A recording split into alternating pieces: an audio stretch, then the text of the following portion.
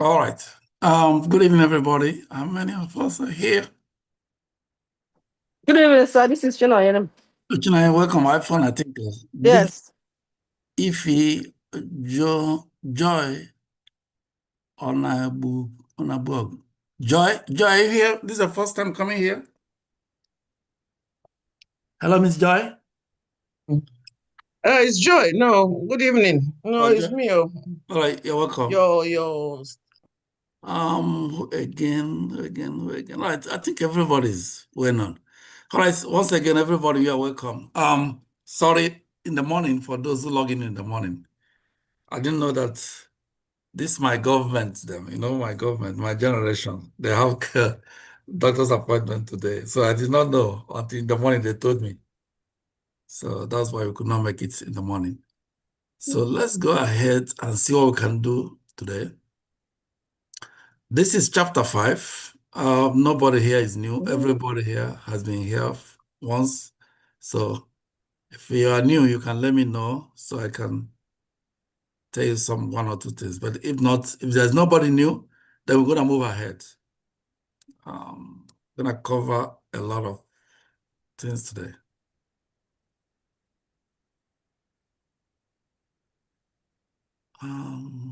Where did we stop? Please, where did we stop yesterday? Anybody remember? Can anybody help me? Where did we stop yesterday? I know. I think we have done all this. Policy assignment and beneficiary. All right. I think it's like somewhere here.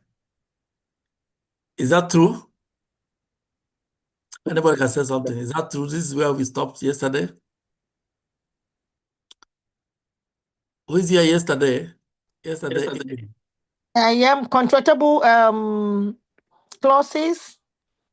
Contestable and incontestable, I think. We did that. We did that. Let me see. I think we have done all this. Yeah, well, there was more too. Let me see. All right. This is the place we stopped, I think. That is the contestable and incontestable. That is where we are. Huh? Okay. Is that where we stopped? Yeah. Right. So, we have done this where we talk about personation and identity, lack of insurable interest. Officer Bart, what percentage? What percentage is that at the bottom? Look at your percentage and tell me, please. Who? What percentage? At the bottom, it will tell you if you're at 37%. It doesn't. It's not numbered. I just want to find the page. All right. Let me see. At the bottom, just look at the bottom. You will see. Tell you the percent all the way down. Oh, I know where you mean. It's up, not bottom. It's up. It's up. It's 15%. Okay. All right. Thank you, sir. All right. You're welcome. It's 15%. All right. So we talked about contestability and incontestable. Yeah. Thank you. We said if you have a policy, if the policy is issued, they give you, the insurance company has a clause. Remember what I said about clauses and provision? Most often, clauses favors the insurance company and provisions are what the insured worked on. However, when it's two of them, clauses and provision, then two of them, either the insurance company or the insured, will be benefiting or either. But most often, clauses is most times favors the insurance company and provisions favors the insured.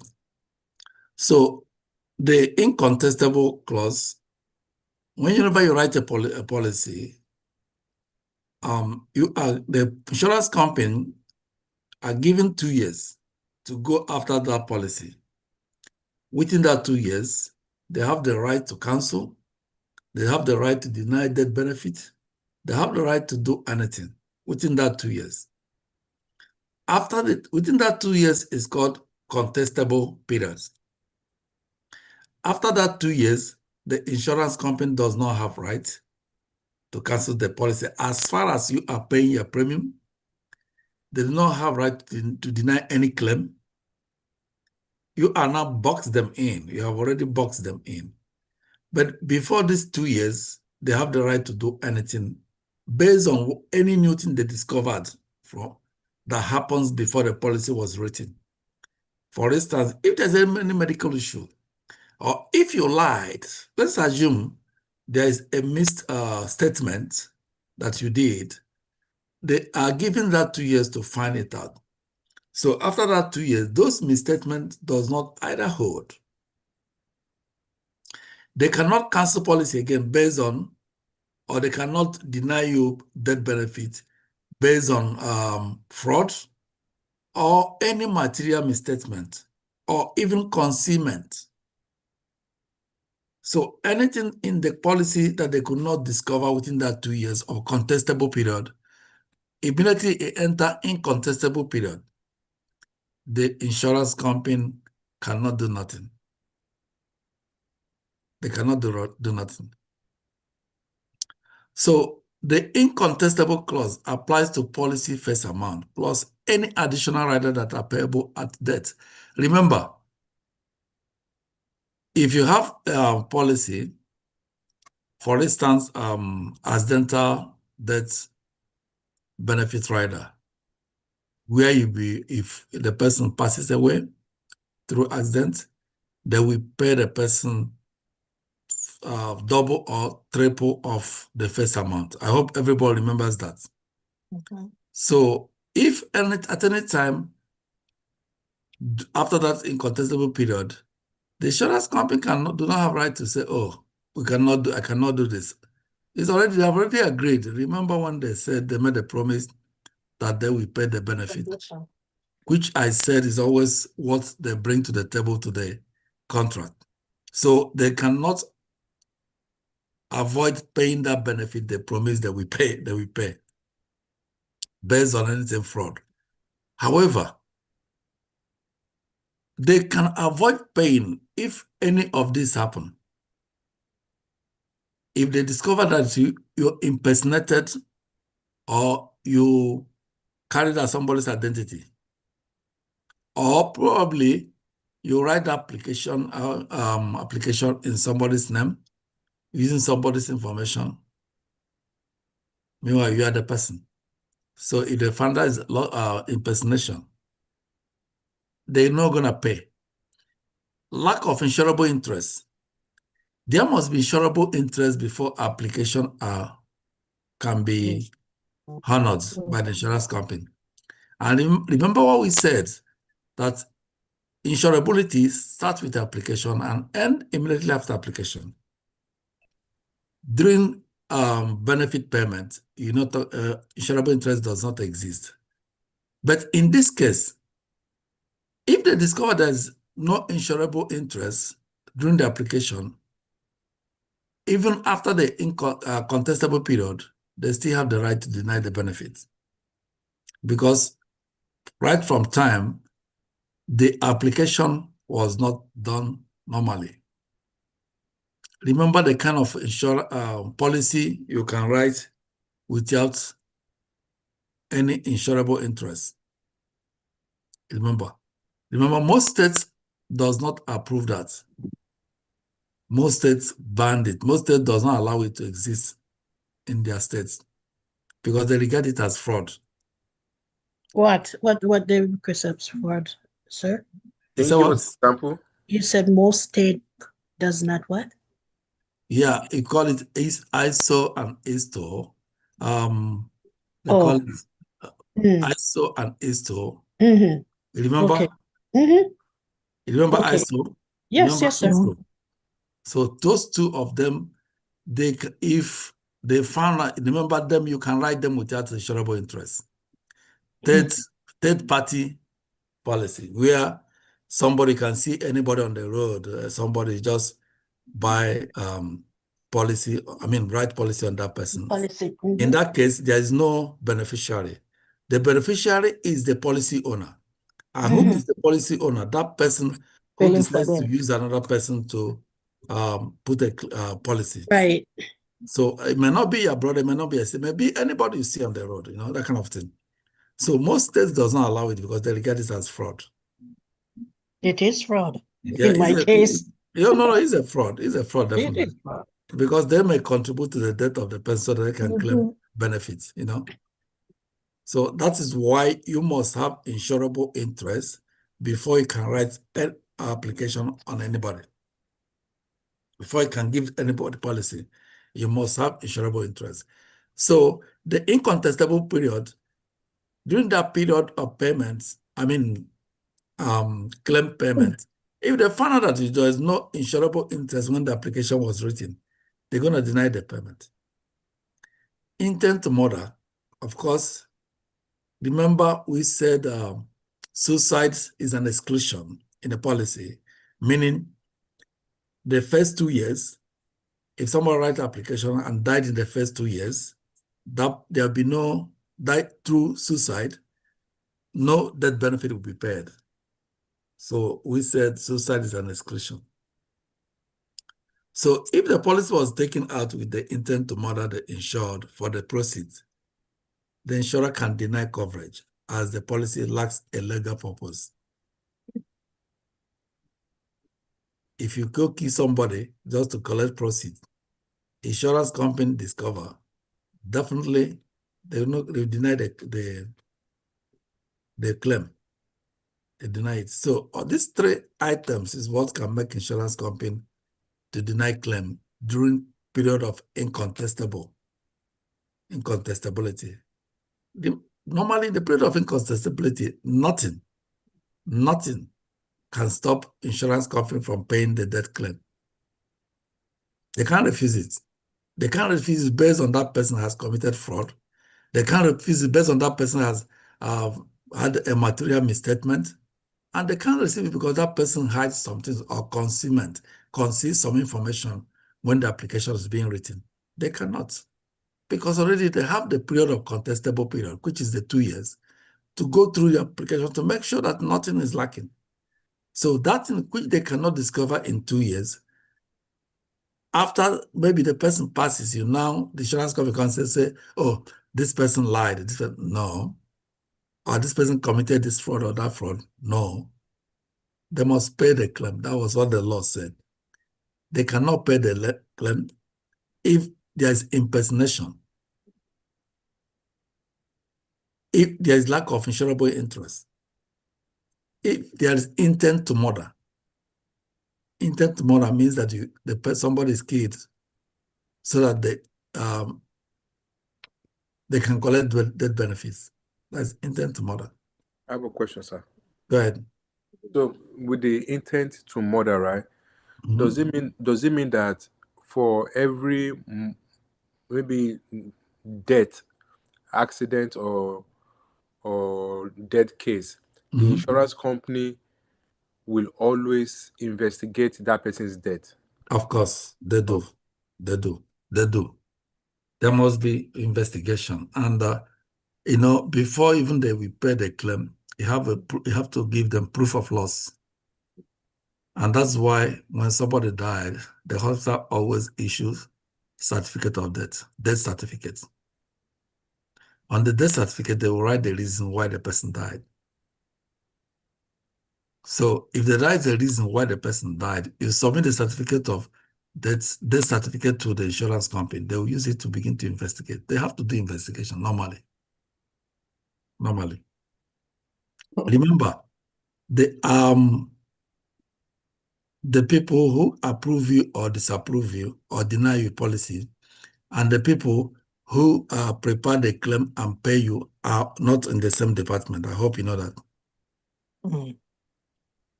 What do we call the people who approve you or deny you? What do we call them?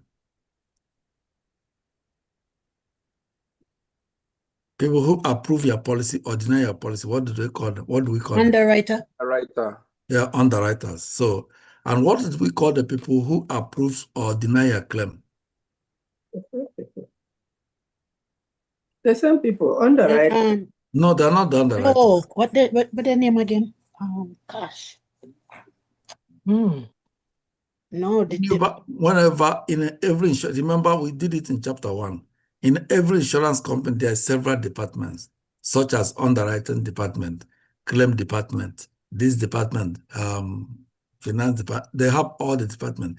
Even they have people who calculate and approve claims, who calculate what to be paid. So the underwriter does not have anything to do with the claim. Whenever the underwriter, their duty is to approve it or deny you after evaluating your risk, classifying your risk level, bringing out the premium. That is their job. They are done with you. So whenever there's a loss, the claim department will step in. So those who prepare to approve you or deny the claim, deny the policy, deny approving you, are not the same people who prepare the claim. The claim department setting, and the claim department will always do their work accordingly. And when they are doing their work, they're not going to look at, most often, for approval for whatever happened, they are going to investigate why this person died and what caused the death. They must investigate that. So during the investigation, if they find out that you or the person impersonated, The adjuster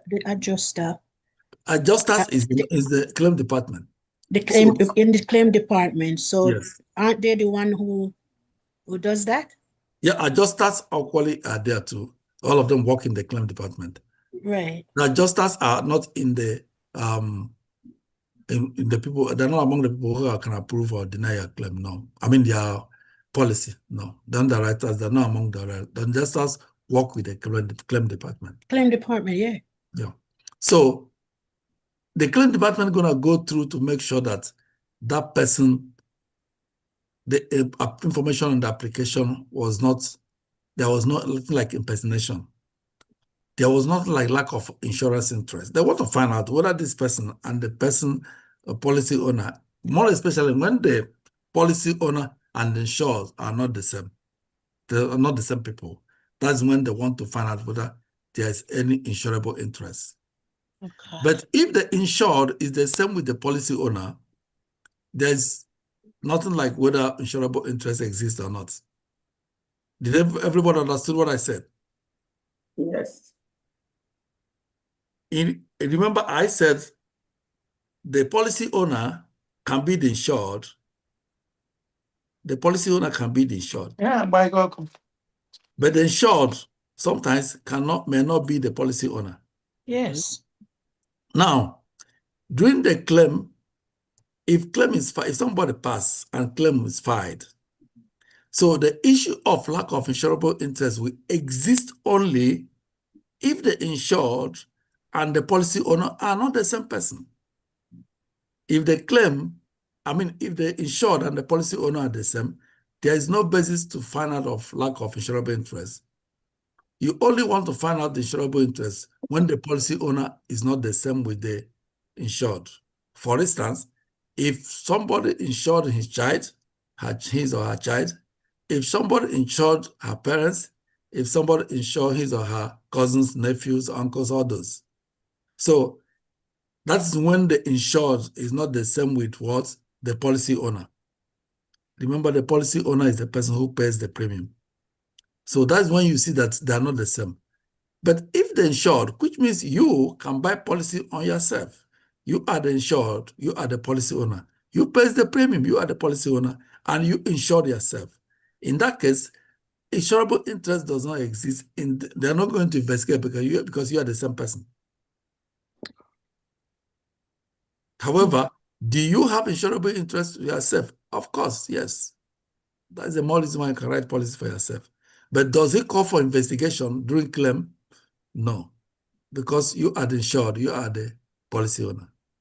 But if you insure somebody you claim to be a child, they want to find out whether exists this relationship of, say, you claim that person to be your son or to be your daughter. They want to find out. They want to go and get that person's birth certificate to check whether actually you are the parent, you are the mom, or you are the dad. They want to find out whether there's any lack of insurable interest. That can prompt them to deny the policy. Of course, again, if there's intent to murder. Remember, before now, our minds are clouded with the view that if somebody write policy, particularly husband and wife, they write policy, this is why we kill this person. That was before. That was what they used to confuse us. That was, they put fear into most of us not to write policy. And even up to today, some people still believe on that. Some people still believe on that. Some of the movies we watch, you can see most of them that we watch the movie, finally they were caught. So insurance company will do serious investigation to find the cause of death, whether it's on the ground they will deny the payment or not. Remember, nobody, even insurance company, as much as you are paying them premium, they don't want to part away with that huge amount. You can't compare the huge amount to what you have, the premium you have paid. No. You bought a policy of 1 million, and you are paying premium. Probably the person passes after 6 years or 7 years or 8 years or even 20 years. You can't compare it to 1 million. I mean, the money, the premium the person has paid. I'm not talking about the life. I'm talking about the premium the person has paid. Of course, we said insurance contract is called, sorry, please. Sorry. We said insurance contract is contract of unequal value.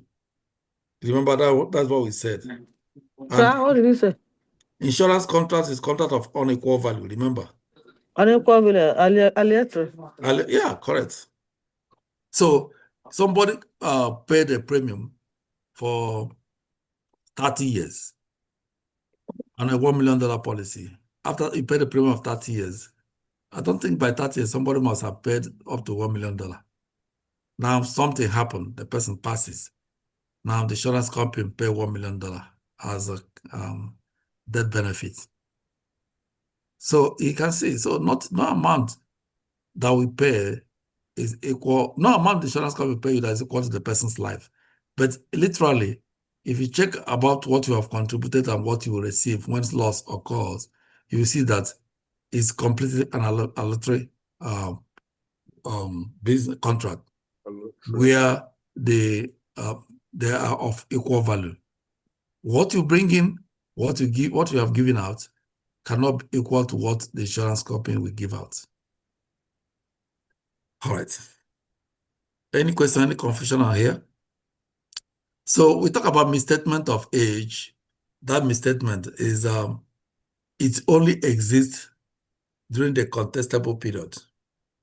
After the incontestable, after that 2 years, whether there is any misstatement of age will not be ground for claim denial. If the insurance company say there is misstatement of age, they're going to find it out within that 2 years. After the 2 years, they now come out and say, oh, there is misstatement of age. There is not a ground for them to deny the death benefits. No, it's not allowed. The law does not allow them. Although most often, what happens most often, even if they find out within that 2 years, what do they do? Let's assume they find that somebody misstated his age, which means the misstatement of age we are talking about is that somebody is 30 years. He or she wrote that he is 25 years or 27 years, which means you removed 5 years or 3 years of your age and make yourself of newer age, which you think, which always reduce the premium. So within that 2 years, if they found out that, look, this person has misstatement of age, they have 2 things to do. Some of them may go ahead to say they will cancel the policy. Some will just adjust the age, bring you to your main age, and make you to pay the premium to that point. From the one you have passed, they bring it up to the new age, and they're gonna start giving you your premium based on the age which is supposed to be your age, the age which you lied, and give them a younger age. So, but after the 2 years, it's not be a ground for them to deny you the policy. I mean the claim. It's the same as sex too. I mean, in terms of gender, we all know that in insurance policy, men pay more in premium than women. I hope everybody knows that. that if a man is 50 years with good health and a woman is 50 years with good health, in fact, I'm going 50. Let's assume twins. They born them man and woman, boy and girl. That day they are born, you want to write policy for them. Maybe you want to write $1 million each for each of them, for each of the twins. The girl may have premium, maybe around $100. The boy will get premium around $120. Yes. So in a situation that the fund, the insurance, you did not tell the insurance company you are gender, you lied, that exists for the contestable period. If you enter the incontestable period, they're not going to talk about that. But if they find out during the contestable period, what they will do, they will now reverse it and bill you according to your gender. So, some people can answer woman when they're a man. So, those people, they always want to, the insurance company does not tolerate that. They want to bring it to your gray gender. Sir, what about if it's a guy and he said that he identifies as a girl? In insurance company, insurance policies, insurance business, they have only either you're a man or you're a woman. Yeah, when you begin the business, when you begin to write policy, in the sex column, either you're a man or you're a woman. So let's assume the person is a woman, but he has tried to change his gender to a man. And he goes there to say he's a man. The insurance company is still going to discover that, this gender change his gender. They're going to reverse him to the gender that he is. So that's why in the column for sex, what you have there is male or female. They don't put another gender because it's going to affect the underwriting purposes. It's going to affect them. Remember what they're trying to avoid and why they introduced underwriter? Who remembers why they introduced underwriter? They can do investigation. No. For And the checkmate right advanced selection. to reverse all the adverse problems. To check adverse selection. That's exactly what they're doing. So if you now decide to say you're a man, you're a woman when you're a man, definitely knowing that a man will pay more and you said you're a woman. You know what I mean? You are trying to avert the chances of underwriters to put your premium accordingly. So if they found out, they reverse you back to what the sex you are. So the man pays more premium? Yeah, the man pays more premium. That's what I'm trying to tell you. Who live longer? Women live longer. You don't know? Not all the time. But generally, almost 90%. 90%. Yeah, so that's why they pay. And more especially, it's not, again, not question of living longer. Men are exposed, have higher risk than women. Yes. They are exposed to one, apart from high risk job, their life totally is full of risk. So that's why they pay more than women, yeah. They pay more than women. All right, so let's, owner's provision. The owner provision states that what? The policy owner possesses all the rights contained in the policy. In the insurance policy or contract, the policy owner may name or change the beneficiary, borrow against the cash value if applicable, and select the frequency of premium payment. That is the premium mode, such as annually, monthly, or otherwise. The owner may also choose to transfer one or more of these rights to another party. The transfer of policy ownership right is referred to as policy assignment. We have said that the other day. Policy assignment. For instance, if you are transferring your property today, you have a home, you want to transfer to your brother, to your sister, or even to your friend, you are transferring the title of that property to that person. Is that true? All right. So if you have a policy, you want to transfer the ownership, you are transferring through assignments. policy assignments. You are assigning this policy to this person, meaning you are transferring that policy to that person. What are you transferring? The ownership. So if somebody have a policy for his daughter or son, and let's assume that person has been paying the policy from the childhood till almost the age of 30 or 40 years, or probably, just like I said before, some people use it as a gift during marriage. You decide that you want to give back the policy to your children or to your child. You verbally told the child that, look, this policy is for her. You bought it when he or she was small. Now she owns the policy. You're still gonna write the insurance company that, look, you are transferring or assigning this policy to so person. Meaning you are removing every right you have in that policy. The right, the policy owner have right to the contracts. The policy owner will name and change the beneficiary. The policy owner will borrow against the cash value. The policy owner will take a loan from the policy. The policy owner will select the frequency of premium, how he want to pay the premium. Now, if you change ownership of that policy, you are totally transferring those characteristics to another person. You are assigning these powers. You are removing it from yourself and transferring to another person. So we call it policy assignments. Okay. So if you're the owner of the policy, you have right to the policy.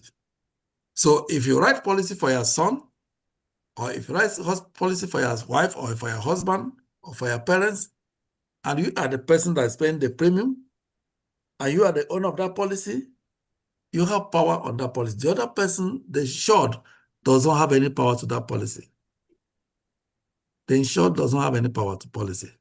So any policy you are paying, you have total right.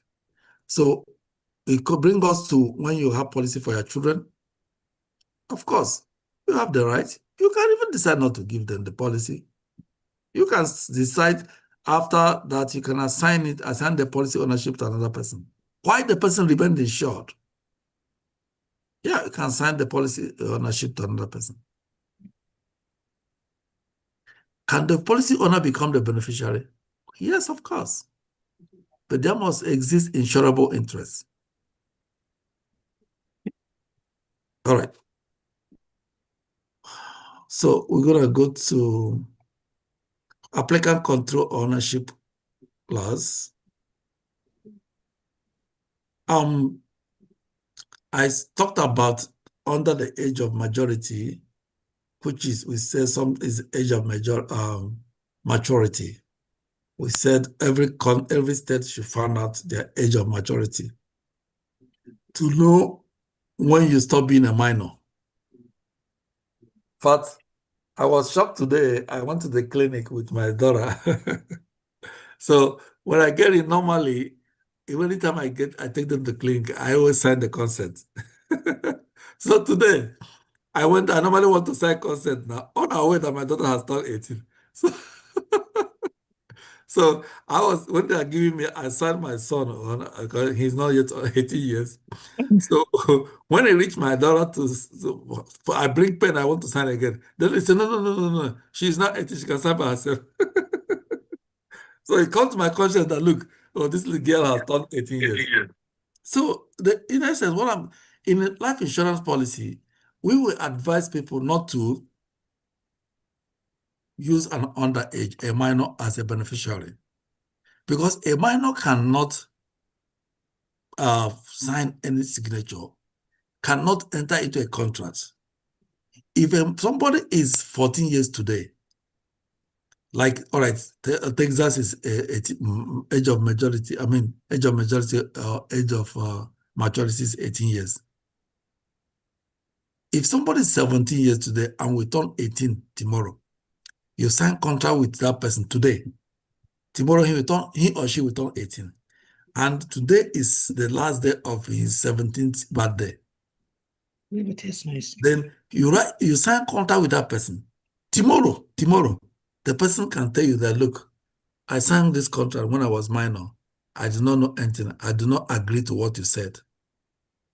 If you go to court, he will win you, because that contract was signed on the day he was still a minor. He or she was still a minor. So you cannot bring a minor into an insurance contract. The minor cannot collect death benefit. Of course, you cannot present him in talk less of collecting benefits. And if such a thing happens, if anything happens, and that person, the person in the beneficiary is the minor, what will the insurance company do? They will only pay the benefit to your estate. I know what it means. If they pay to your estate, that benefit is directly going to the probate court. And that is what you have been avoiding, because you don't want it to go to probate court. But because you do not do the right thing, because you take emotion, because some people say, oh, it's my child. How can I not put my child? Because he said, oh, it was my child, I must put it. You end up causing them harm instead of doing them good thing. So no minor should be used. It's an advice, though. Everybody can do what you want to do. If you put it in a contract, they will not, in a insurance company will not tell you that person is a minor. No. But when it leads to claim payment, that's when claim department will tell you, no, we cannot pay this to a minor. Will the underwriter accept the application? Of course. What is their? They don't have anything to do with looking at their beneficiary. It's not their problem. Some people can even do policy without a beneficiary. I hope you know. Those who don't have anybody, they write policy without any beneficiary. And some of them who don't have beneficiary, they have their dog, they have their cat. They can name their cat or their dog as their beneficiary. Yeah, I've seen where it's happened. They name dog or cat as their beneficiary. So you can write a insurance policy without attaching beneficiary. But what we're saying is that if you want to attach beneficiary, make it right. That's your son, that's your daughter that is still under age. They will still come of age. And you, as a policy owner, God keeping you alive, you have the right to change the beneficiary at any time. As far as is the one you can change, because we have two types of beneficiary, which we see as we go forward. If you put the one that is not good, that you cannot change without getting permission, that's when the problem comes. But if the one that you can change, which is revocable, it's very easy. You can change it as you like. In fact, you can get mad with your husband today or with your wife today, just go and change the beneficiary. Their son or your daughter can get you annoyed. You just remove their name as a beneficiary. Yes, that is how life insurance is. You remember one scenario, one question we asked that a man divorced the wife and married a new wife. Before the man dies, he transferred ownership of the policy to the new wife. He transferred ownership of the policy to the new wife. However, when the man was alive, he used his first wife as the beneficiary. Now, the man divorced the ex-wife and married another one. He now changed the ownership of the policy to the new one. So the new one now is now the policy owner. Virtually, unfortunately, the man dies. So when the man dies, the new wife is happy that, look, he is the owner of the policy. She went to collect death benefit. They didn't pay her. They didn't give her the death benefit. Then the ex-wife came. They paid the ex-wife the benefit because she is still the beneficiary, while the new wife is the policy owner.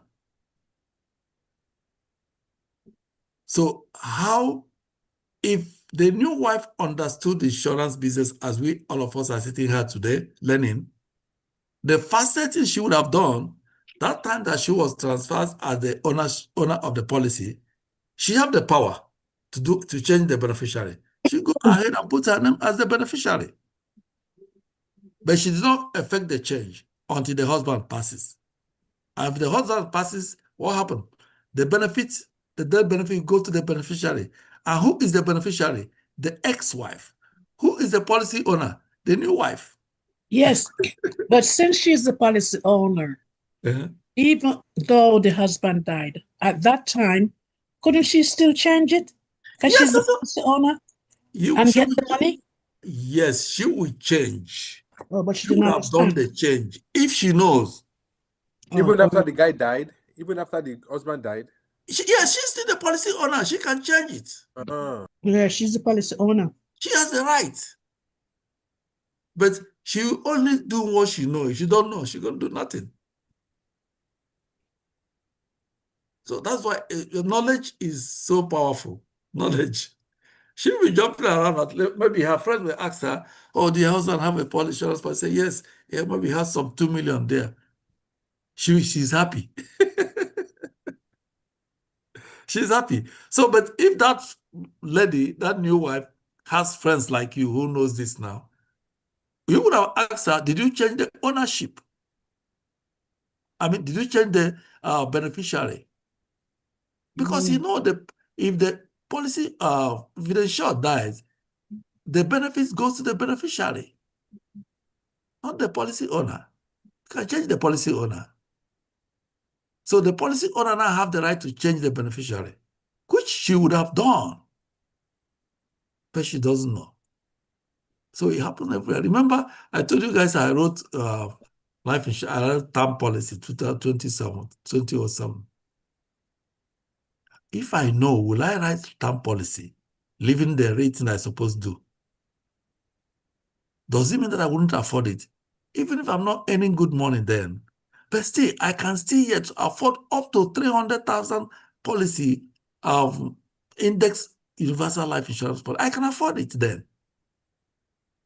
But it's knowledge. What you don't know, you don't know. So it happened everywhere. We read it as a scenario, but believe you me, it happened every time. There are some people, there are some men or some women who doesn't know. If you tell them about income tax, in fact, if you tell them everything finance in their house, they say they don't know. They don't know anything. They don't know anything. Anything about finance in their house, they say, go ask my husband.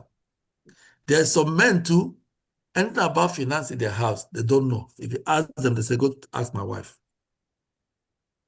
So you can see that this thing has to be balanced.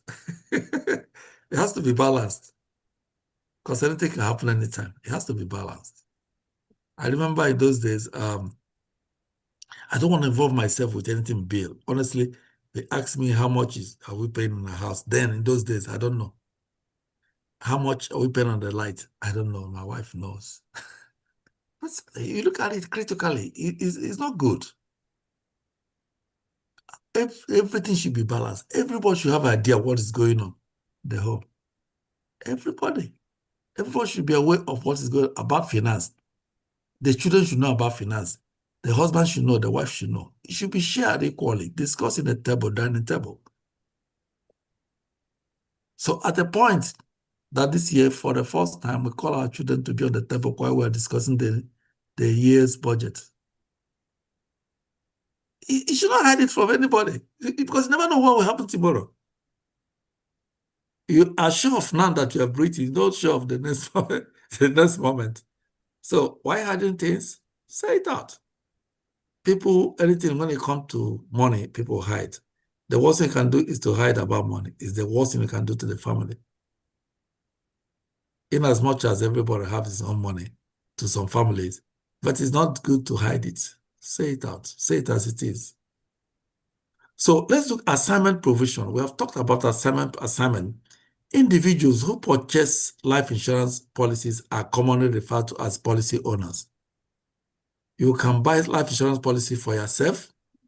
You can buy life insurance policy for your children, for your grandma, for your grandpa, for your parents, for your nieces, for your cousins. Those ones are the ones you have insurable interest on. So if you buy life insurance policy, you are regarded as a policy owner rather than policy holders.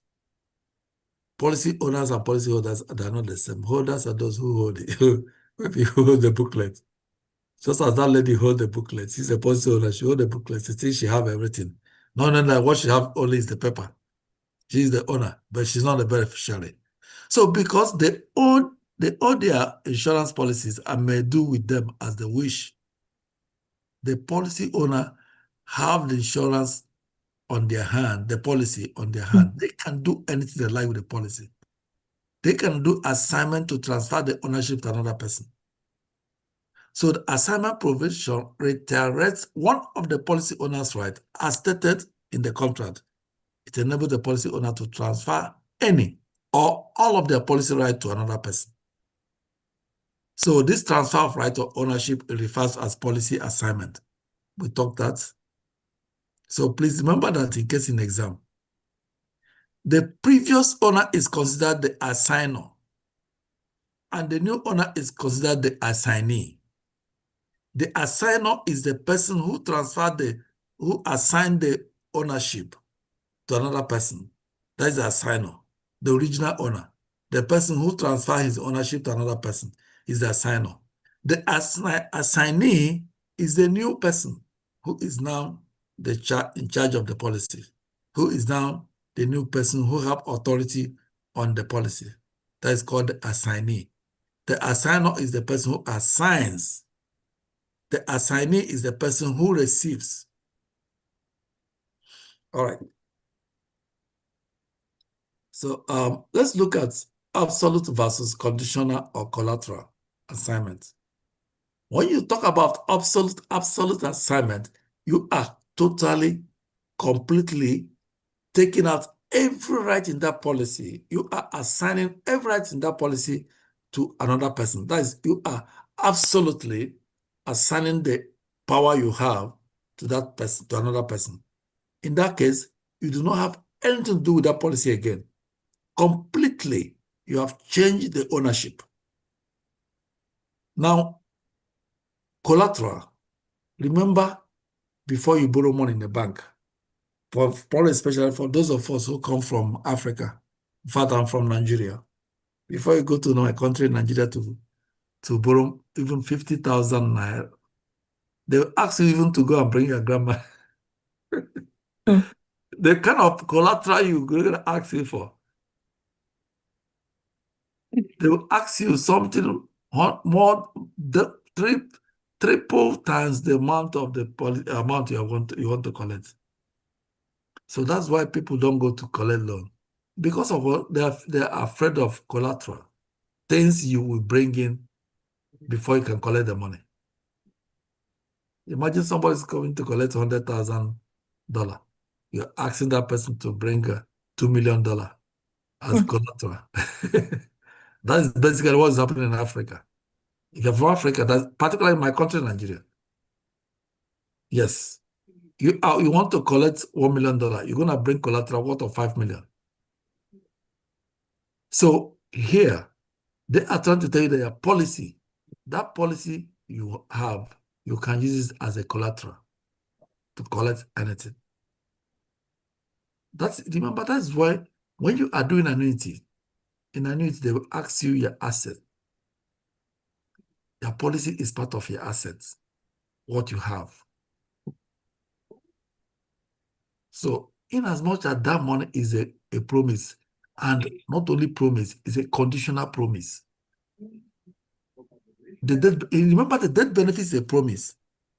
And not only that is a promise, it's a conditional promise. I hope everybody understood that.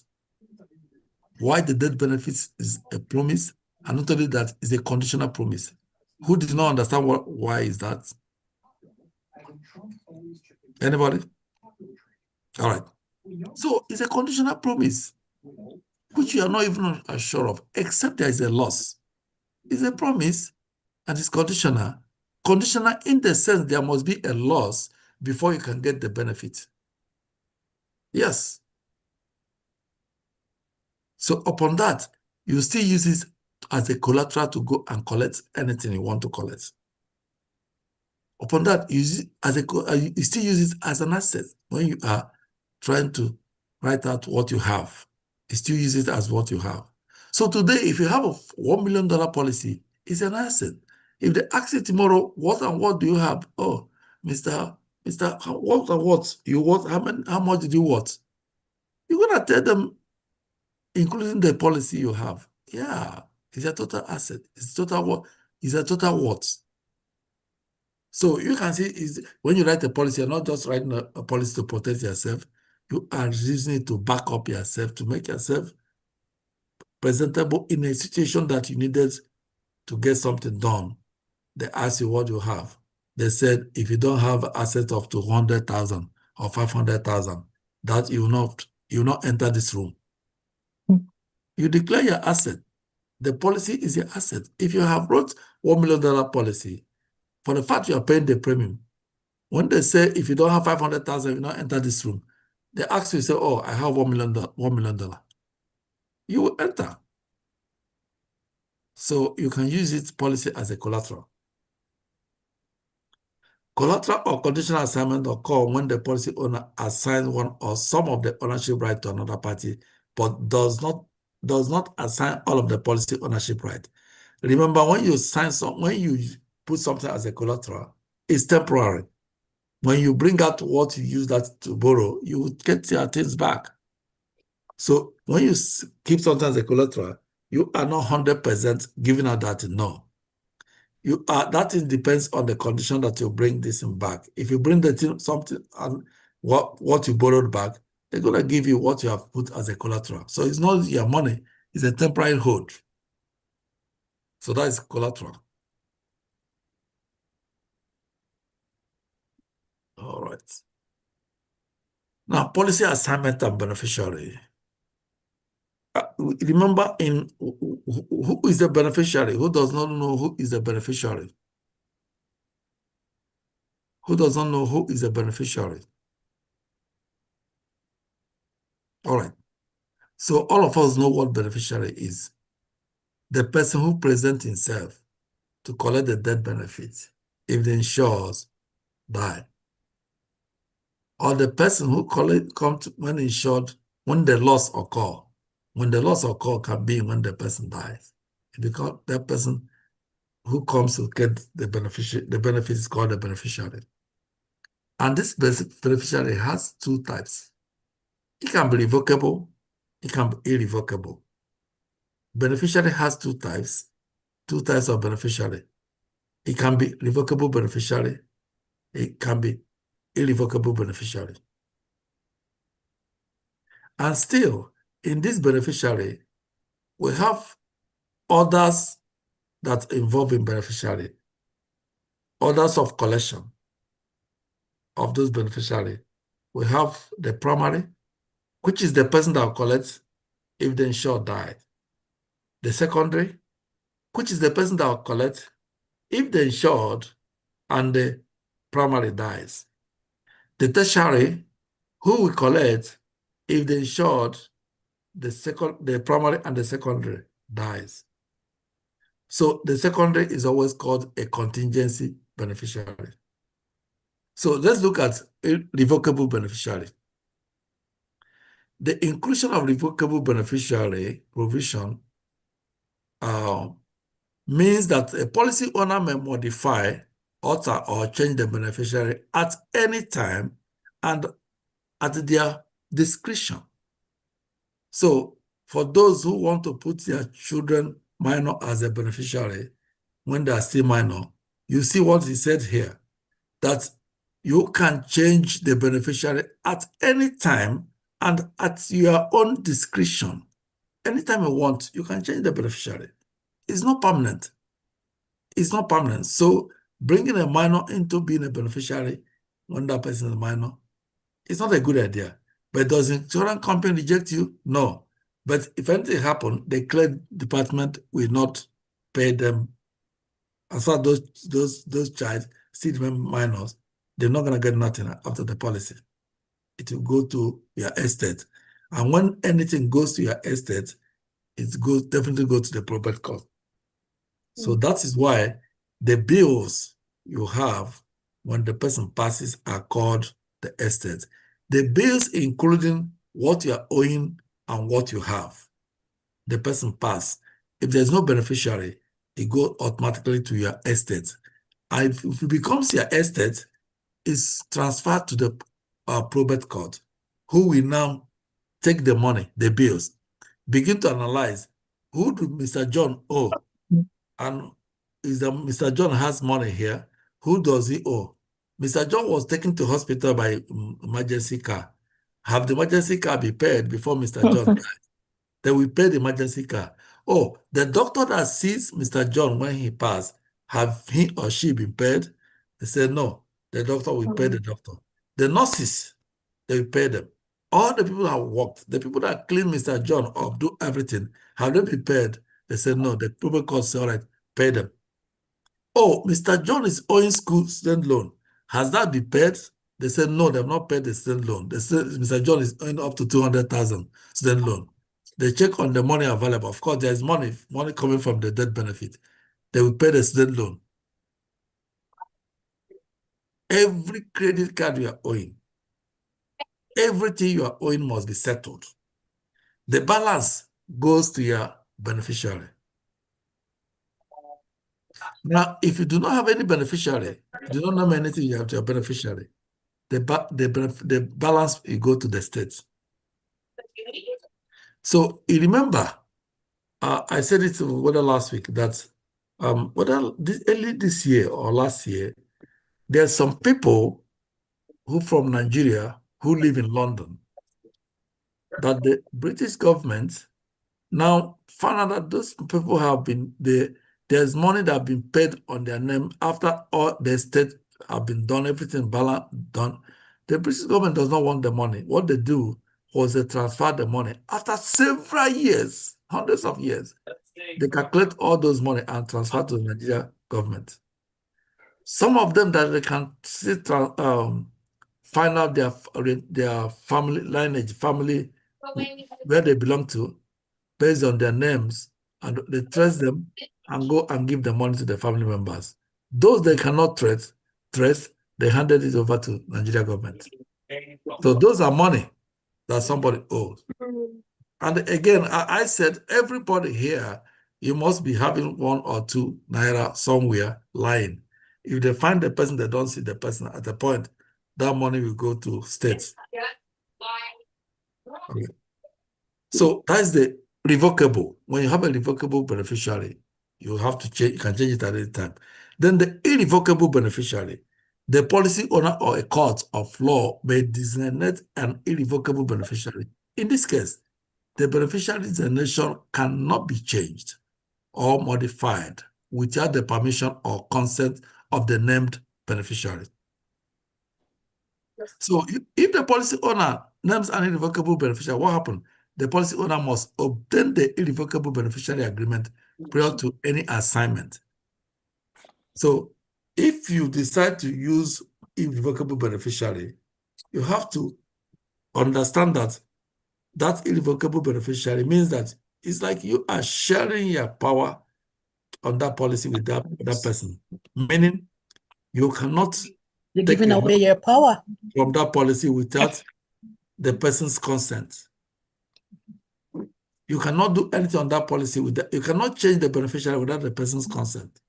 You cannot do anything. You cannot even change his own name as the beneficiary without his consent to tell you that, oh, remove my name. You cannot go and borrow against the policy. You cannot take a loan from the policy without him consenting that we're allowing you to do so. So that is irrevocable beneficiary. So some people may ask, does people still do irrevocable beneficiary? Of course. People does it. Free look period.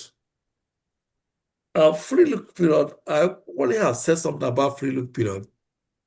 You write a policy from when the time you submit the application, and the application was, the underwriter goes through it and approve your application.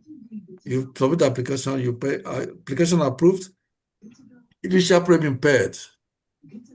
Of course, contract, application approved, there is a acceptance of offer. You made an offer to the insurance company by writing an application and paying your initial premium. The insurance company goes through your application, approve your application, means that they have accepted the offer.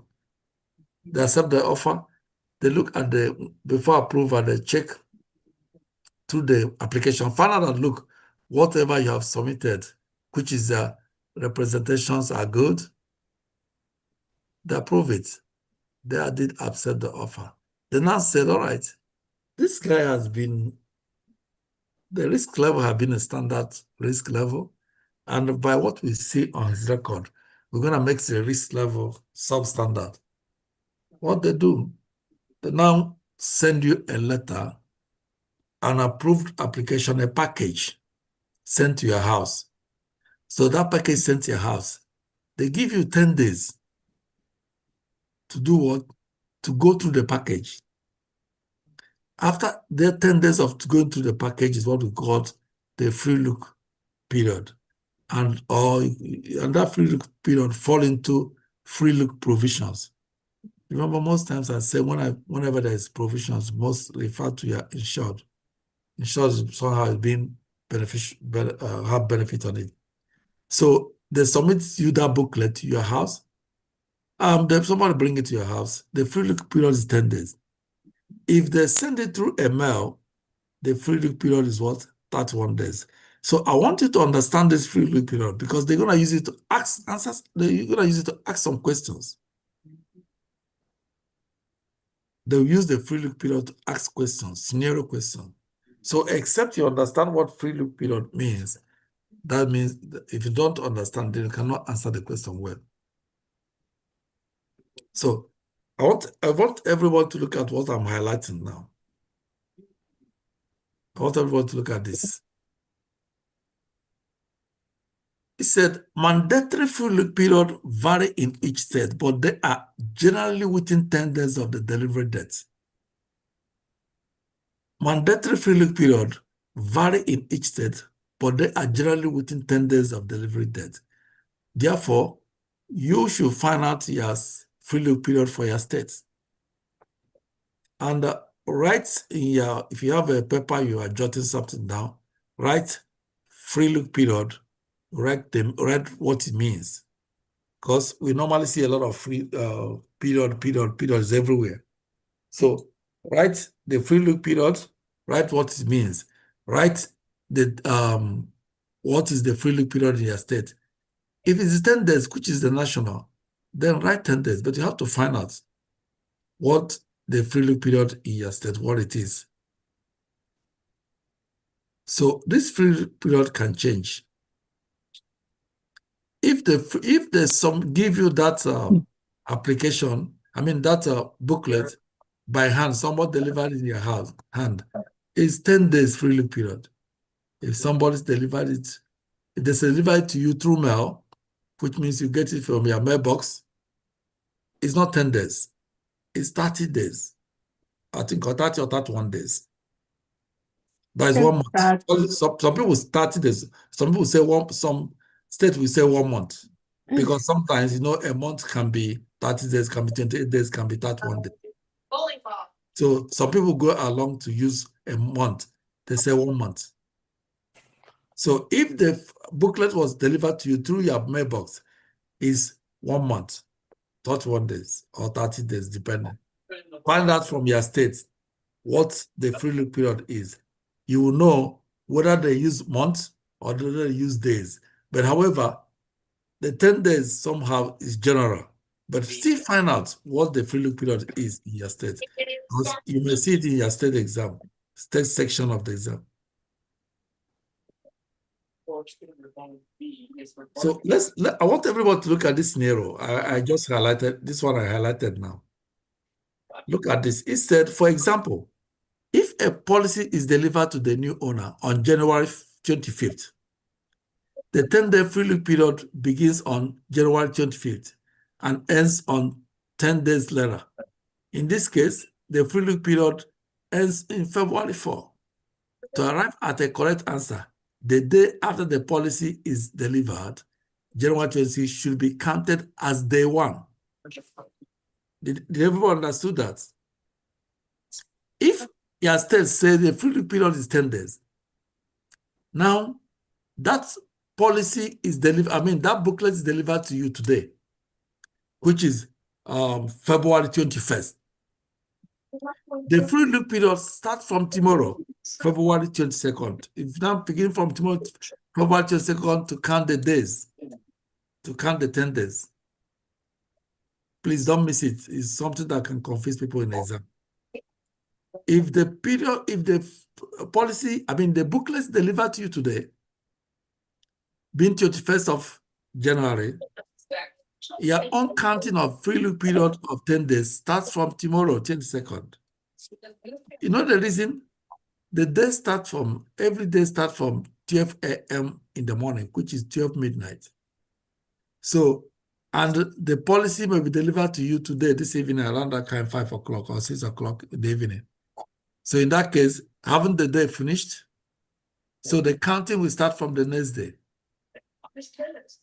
Please remember that too, please.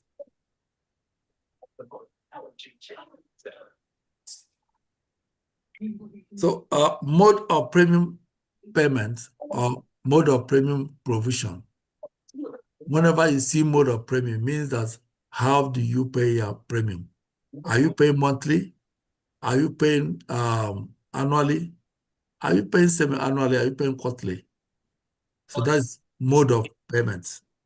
Mode of premium payment. Mode. How do you pay your premium? Is it monthly? Is it annually? Is it semi-annually or is it quarterly? That is mode of payments. That is another thing you should know too.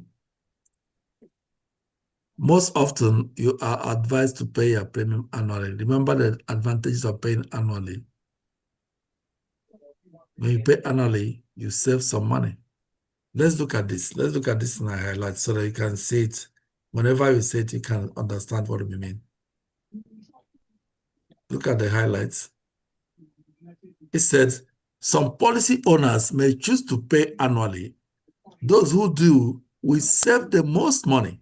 That is, have lower premium, because annual premium payment results in lower administrative and maintenance costs for the insurer. So these savings are typically passed to policy owners. The other method of paying premium, including quarterly, semi-annually, or monthly, since the insurer incur substantial higher administrative and maintenance costs when premiums are paid monthly. It is considered the costliest method. Did everybody see that?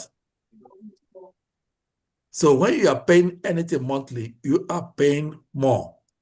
Monthly payment is considered the costliest method of payment. Look at it. I highlighted it here. Monthly payment is considered the costliest method of payment, even in your own mortgage. In your own mortgage, paying monthly, even your credit card, even the student loan. Anything, any loan, paying monthly is what? Killing. Is you're paying more. So sometimes to meet up, more especially in your mortgage, to meet up, to avoid paying extra more, to meet up, you can, after, let's assume your mortgage is $1,000, you can add 200 to that 1,000 every time you're paying. Or even you can add $100 to that mortgage every time you're paying. You will say that $100 goes to the principal. In that way, you can be able to not to continue to pay more. Because as you pay the regular mortgage, you are contributing some money directly to the principal. Even if $50 is something. So that one you contribute directly to the principal. After they allocate part of the premium you pay to the principal, they will still add that one you paid to the principal. That month totally, they're going to remove those money allocated to the principal plus the one you pay directly to the principal. Now that will continue to reduce your total amount remaining. All right, this is another period I want you to write down. Grace period. Grace period. Of course, everybody knows this one. Grace period. When you hear grace period, it means the period, if your mortgage or your loan payment is due today, you did not pay, they will tell you after 7 days, you're going to pay penalty. You're going to pay penalty. So that period they give you before the penalty is charged is what we call the grace period.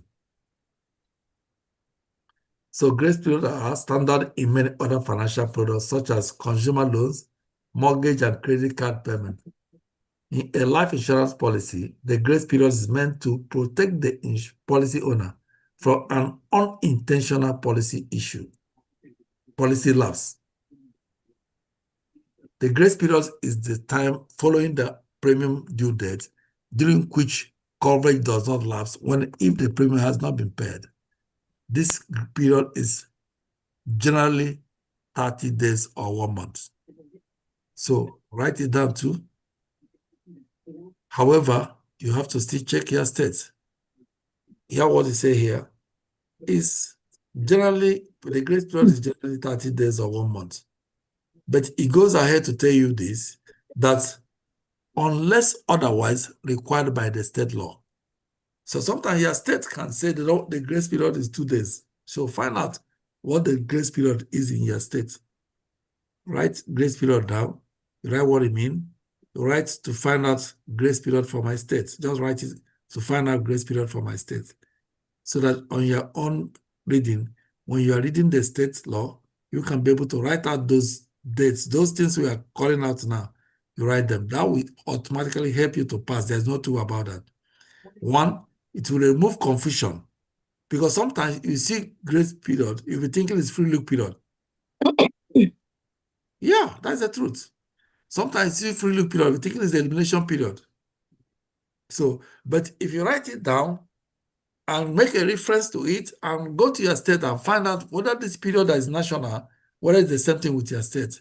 In that way, you are planting it to your head, your memory. So, reinstatement.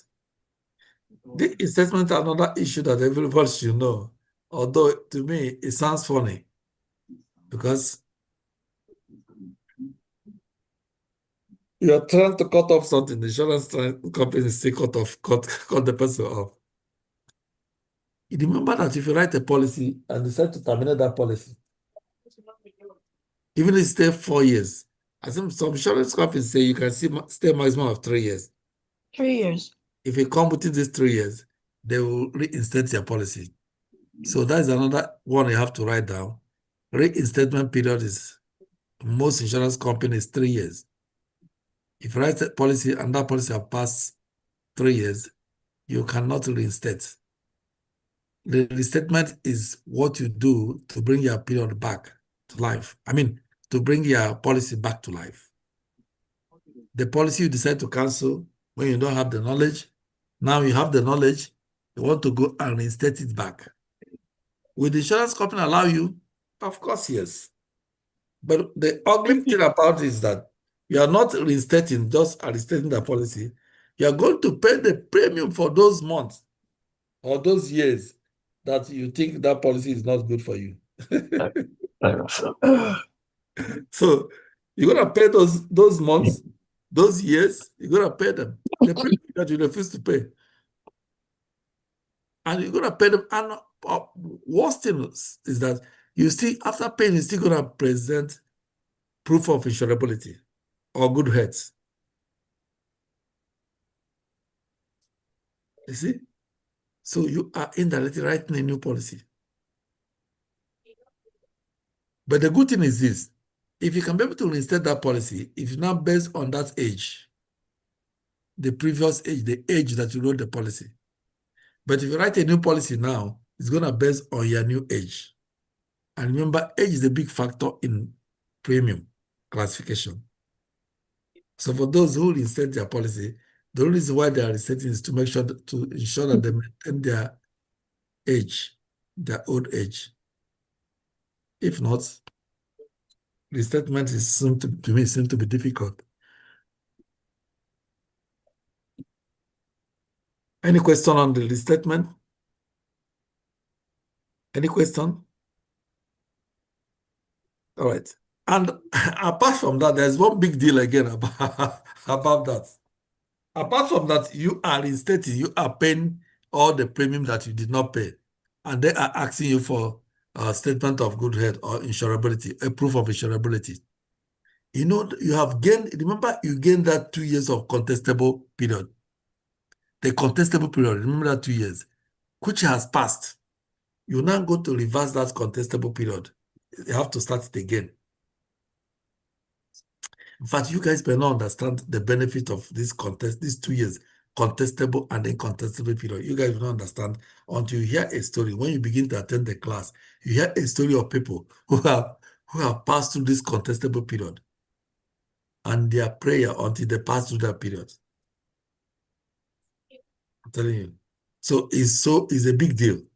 So now that you are reinstating, that they're going to start again another fresh contestable period for these 2 years again to start monitoring to find out whether they're going to see something new on which basis they can cancel the policy.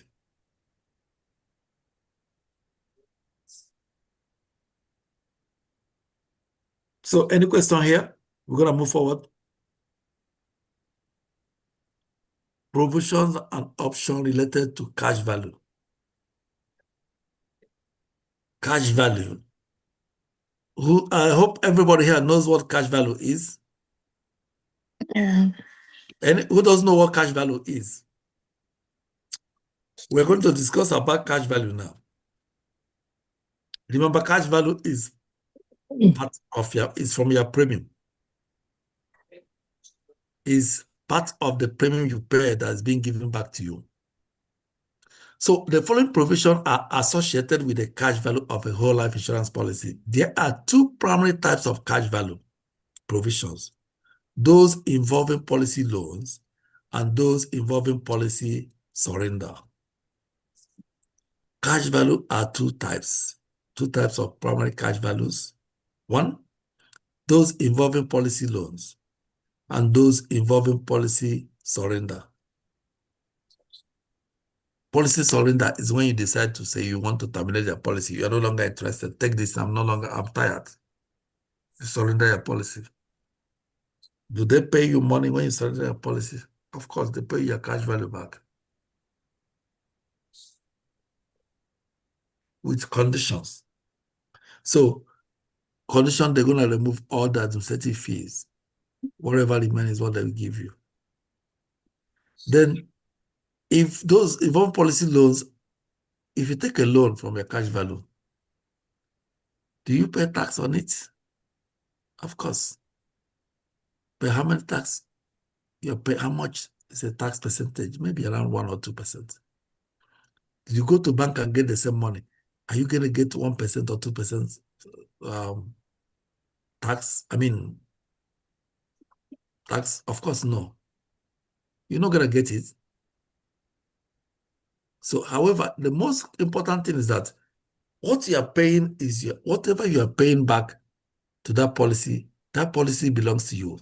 And you are paying back those things to yourself. So if you can see the good thing why most people want to take a loan from that. They take a loan and begin payment. In fact, until you experience all those things, you now know that, yes. You see, when we started this business, let me tell you guys. Professor Bart, I was writing, but there's something I didn't catch. Please. You said there are two types of... There are two types of cash value. One is cash value involving policy loans and cash value involving policy surrender.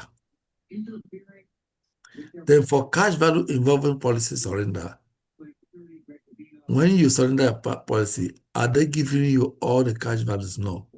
They're still going to remove the administrative fees on it. The remaining one is what they'll give you. Then I'm trying to tell you a story of trying to know all this, both policy loans, policy withdrawal, our own practical experience. Because I doubt a lot. I don't know whether any of you doubt. When we started, when we started this business, I was so negative. No, that was the truth. Professionally, I'm an engineer, so I know what data is. So I was asking several questions. Honestly, I have to be sincere to you guys. And the same thing applies to all of you here.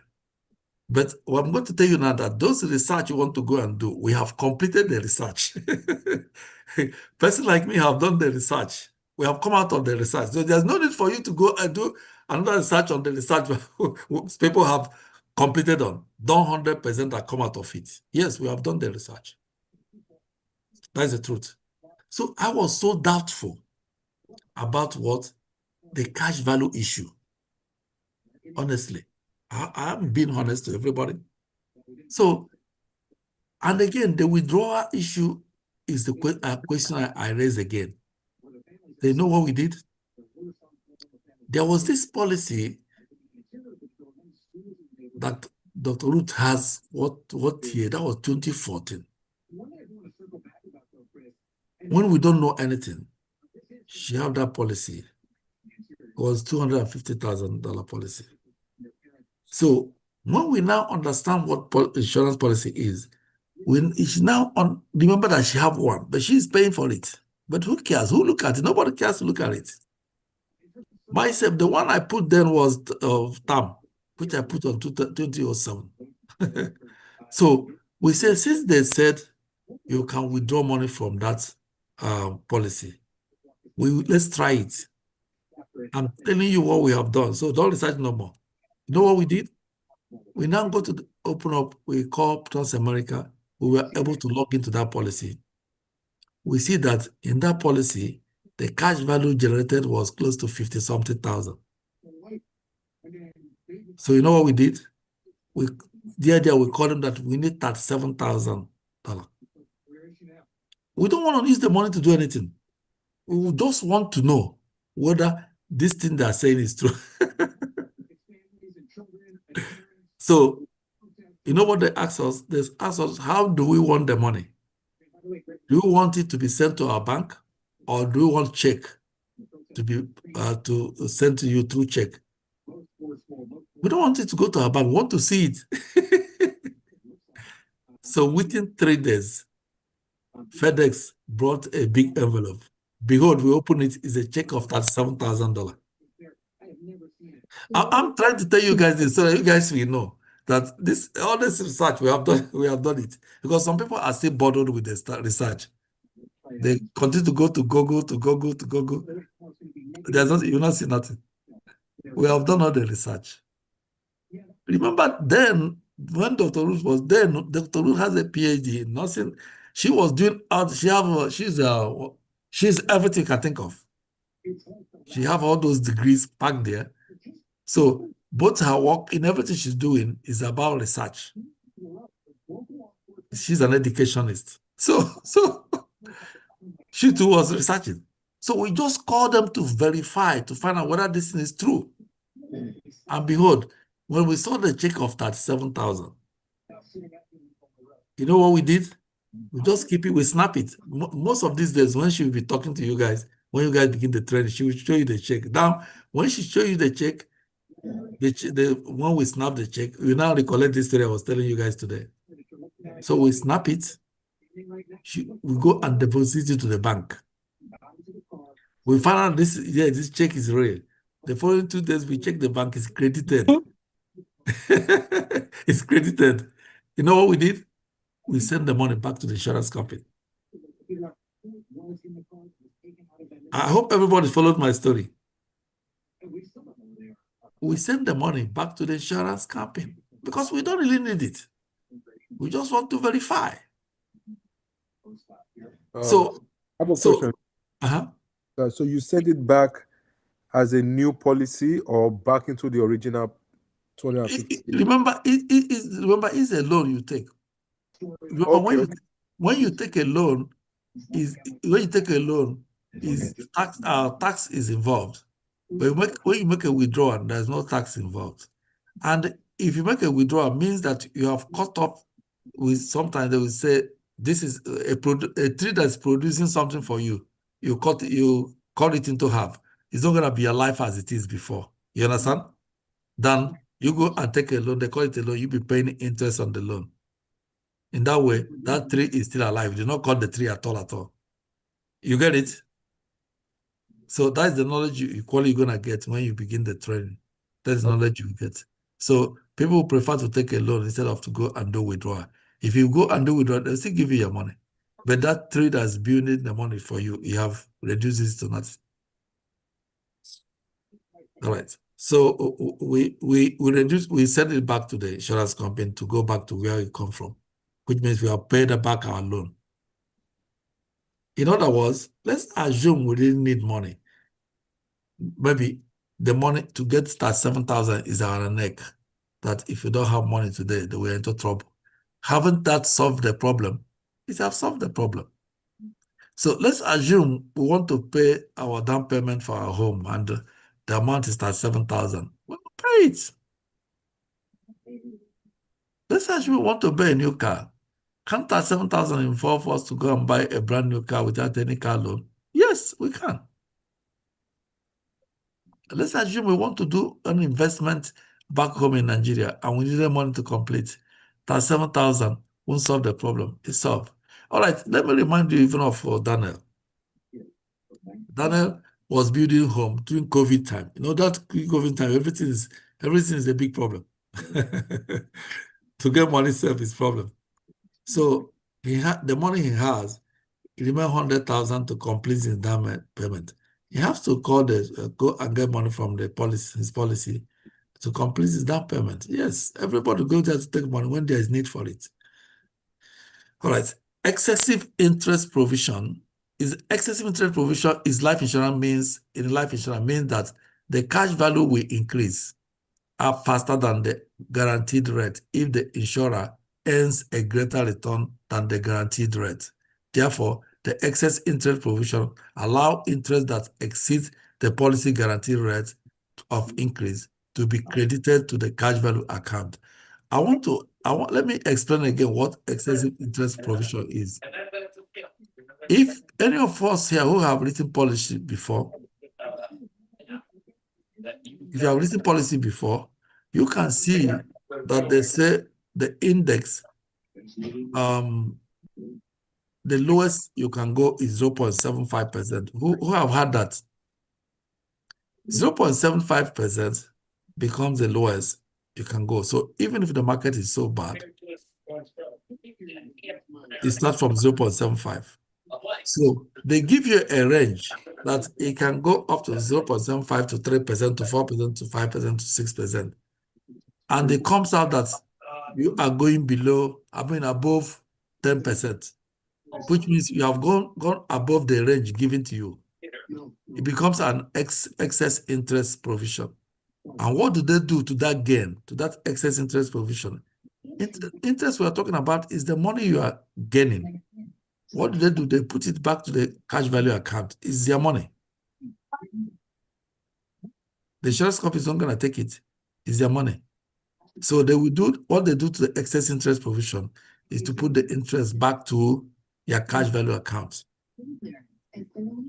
So excess interest can be applied using either the index-linked method or the portfolio method.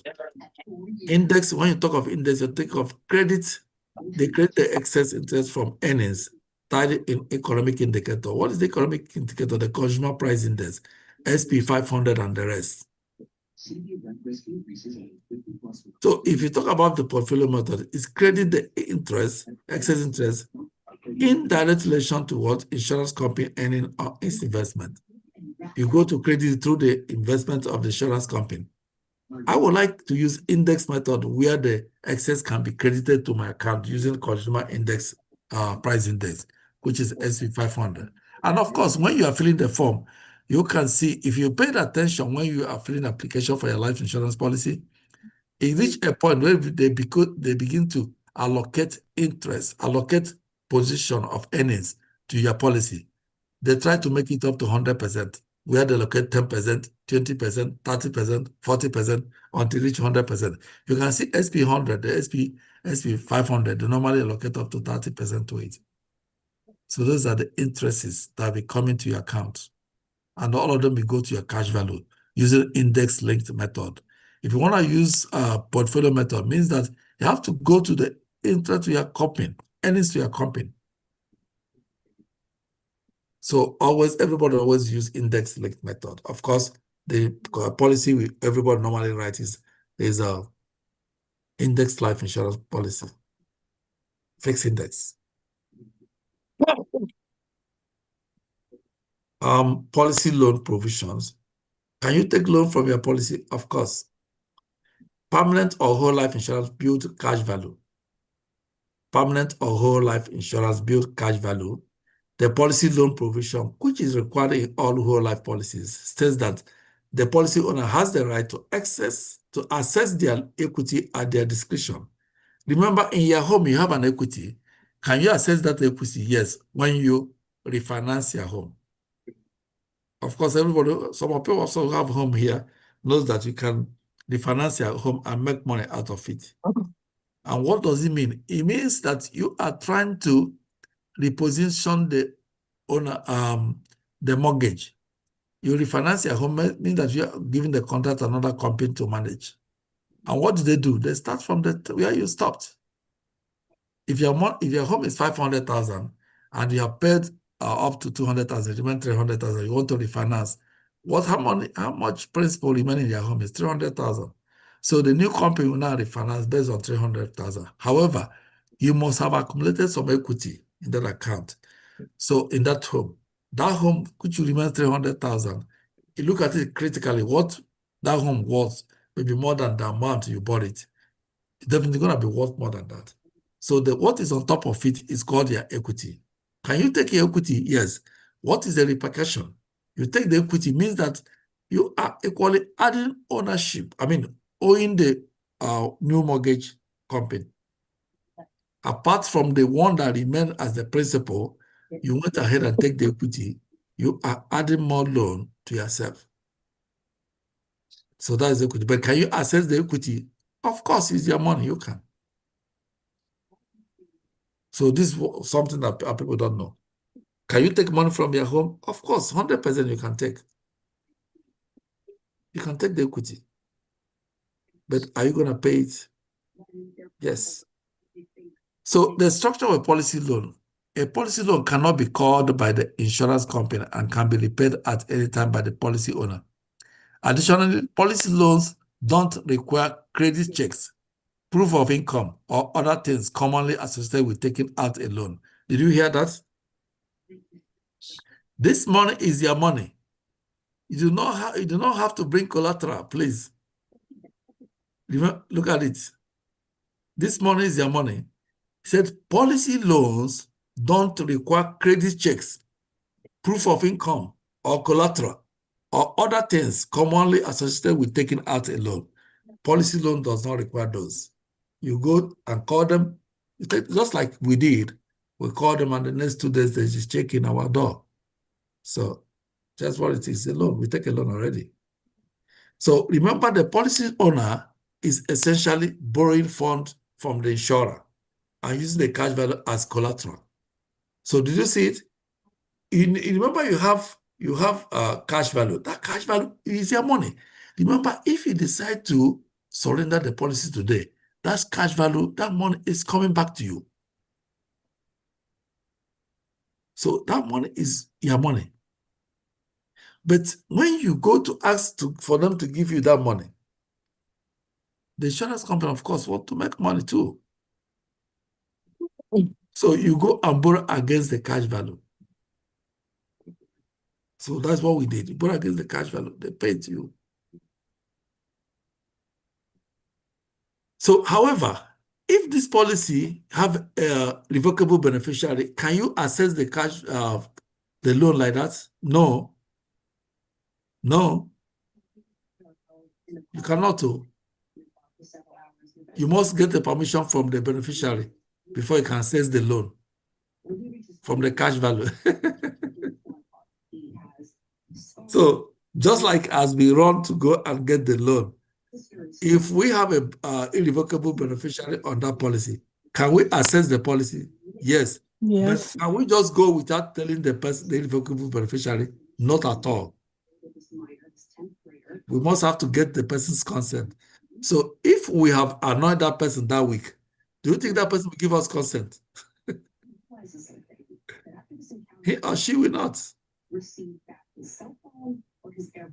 In fact, you have to go and bring good drink. You bring drink, the person will not even talk to you. If you like, yeah, you have to try to beg the person now to consent to you taking the loan. That's irrevocable beneficiary. For you. Do some people have it? Of course they do. Is it necessary? Huh? Must you have it? Is it necessary? It's not necessary, it's a choice. Okay. Even having beneficiary is not even is not, but it's compulsory.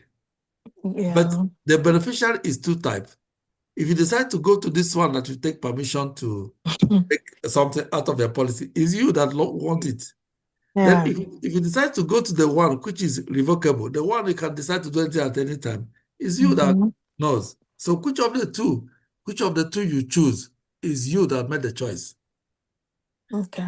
However, most people go for revocable beneficiary. The revocable beneficiary is the one you have power. You have the power to say, I don't want you to be my beneficiary again. You remove him at any time. If you go to your policy, you go to take a loan, you take a loan. You don't need anybody to give you permission. If you want to borrow, you borrow. If you want to cancel the policy, you do. You don't have anybody to give you permission to do anything you want to do to that policy. That is revocable beneficiary. Now, if you decide to go the other way, you go to do irrevocable beneficiary, where you'll be controlled on your own thing, then it's left to you. It's a decision you took by yourself. So the maximum loan value of a whole life policy is generally its cash value, less any projected interest. Therefore, policy owners may make withdrawal or partial surrender in amount that don't exceed the cash value, less the interest. All right. There's one thing you guys to know, but it may not be all that necessary, but it's good to know it until when you start the business. If you have, let's assume you have $30,000 as the cash value. Now, because you need money, you need 50,000 to solve your problem, and your cash value you have 50,000. Can you get the 50,000? Of course, yes.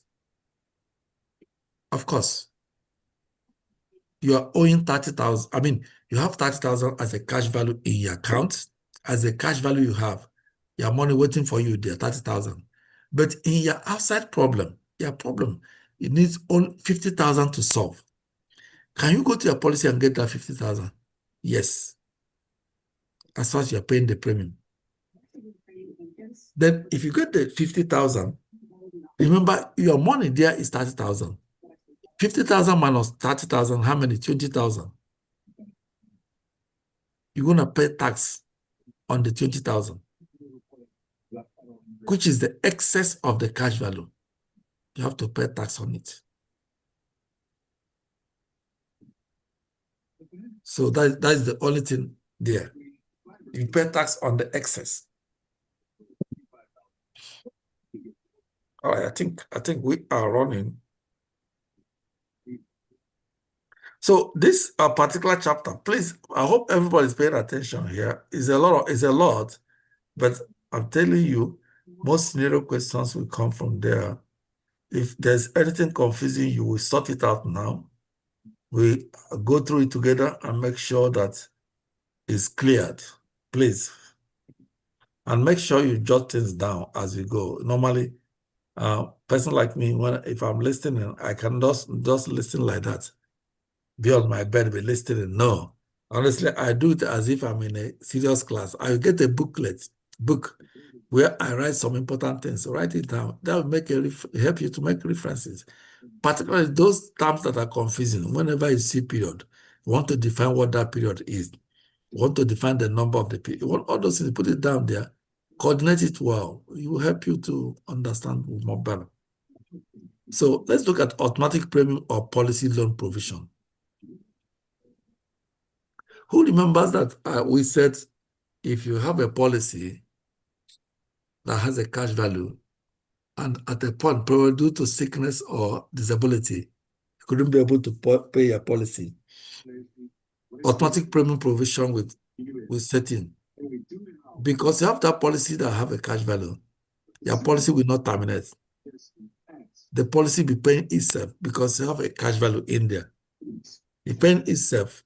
Some people but the policy may pay themselves for another 30 years without you bringing external premium to policies can pay themselves for almost 30 to 40 years. So, and what does it mean? It's there. Your policy is still alive. The death benefit is still intact. What they're using is the gain you made, which is the cash value. That's what they're using to pay the premium. So that is automatic premium or policy loan provision. All right. Uses of policy Hello? loan. Excuse me, sir. Go ahead. Policy loan provision, is it the same thing as automatic provision? Yes. Okay. So immediately the grace period pass. If the grace period pass, it do not pay a premium. If that 30 days or 1 month, as case may be, immediately the grace period expires or pass and do not pay a premium. Remember, in term life insurance, if the grace period passes, not pay a premium, what happened? The policy will terminate. But in the cash values policy, if that grace period passes, you don't pay a premium, what happened? Automatic premium provision will set in. So the insurance company will be using your cash value to pay the premium. So what I'm trying to say is that some people, the automatic loan provision can serve them for another 40 years or 30 years, on which they don't need to look at the policy again. The policy has taken over itself and is paying itself. All right. So any other question? When you ask question, it becomes more clearer. So uses of loan, policy loan, you can do it as individual uses. You can use it for businesses. Of course, nobody will tell you what to use money to do. Individual use is an advantage, primary advantage of a policy loan. That is the primary advantage when you use it as an individual to solve your problem. It provides the policy owner with ready cash without having to apply for a quality or qualify for a loan. You don't want to everything you need something, you go and borrow. You need to buy a home, you go and borrow down payments. If you have a good policy, let me tell you, somebody have, right? Let's assume as these children we are bringing to the world now, that are still 2 years, 3 years, 4 years. If you write $1 million policy for them now as we are speaking, maybe a child of 2 years or 3 years or 4 years or 5 years, write $1 million policy. The premium will be cheap, but believe you me, by the time that baby reaches to 40 years, he or she can conveniently go to that account, remove good money of at least up to 300,000 to 400,000 to go and do whatever he wants to do. And he wants to pay back, yes, he can pay back. He start paying gradually. If he doesn't want to pay back, what happened? When anything happens to the person, they're gonna remove it from the death benefits because you do not follow the contract. It's your money. Nobody will come to your house to ask you, "Oh, John, come and pay your premium." I have not paid your premium. I mean, I have not paid your loan. No credit card. I mean, what they call those people that call people that owe money. They're not gonna call you. They will not call you. You did it by yourself. So that is individual uses. Uses what? To have as an available cash when you need one. Whether it's to pay debt, pay for emergency, pay for education expenses, or to be used for business purposes. A policy owner may use the cash value for any reason when they need cash. The cash value also be used as collateral to secure another loan with a lending institutions. So you can see the benefits. Now, you can use the policy loan for business. In business, you may take it out life insurance to safeguard against number of different risks. As the policy cash owner grows, the company may take a policy loan for any reasons it deems necessary.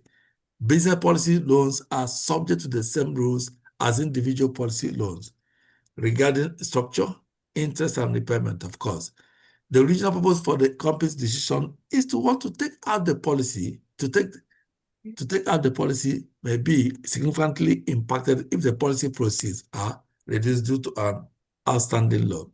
So in business, it can help them too to safeguard them against any loan, against any problem. Then if we talk about key employee policy, where the brightest or the best person in your company, you want to give him coverage. Who owns the coverage? Because the insurance. I mean the company. Who pays the premium? The company. So if an issue like this come up, the company go there and get some money. So let's look at taxation. In general, a policy loan may be taken out of an individual whole life policy without any tax implication, as long as the policy remains active. Did you hear it? If you take a policy loan, is it tax-free? Yes, 100% tax-free. The only way you can be taxed is when you take more than what you have in the policy loan.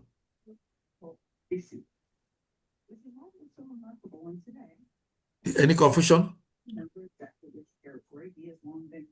Any confusion? All right. So let's look at the tax implications for policy loans that are taken on business-owned life insurance are beyond the scope of this course. So we're not going to talk about that. Right to defer loan. You have right to your policy loan. You can do anything you want with it. Why not often used? Insurers typically have the right to defer a policy loan or the payment of the cash value. In most states, this can be up to 6 months after its request. So what I'm saying, that insurance company to say, if you tell them that you are paying, you want the loan today, they have the right to say, oh, please, can you get it tomorrow? They have the right to do that. Of course, all the people that have been going, they're having problem applying.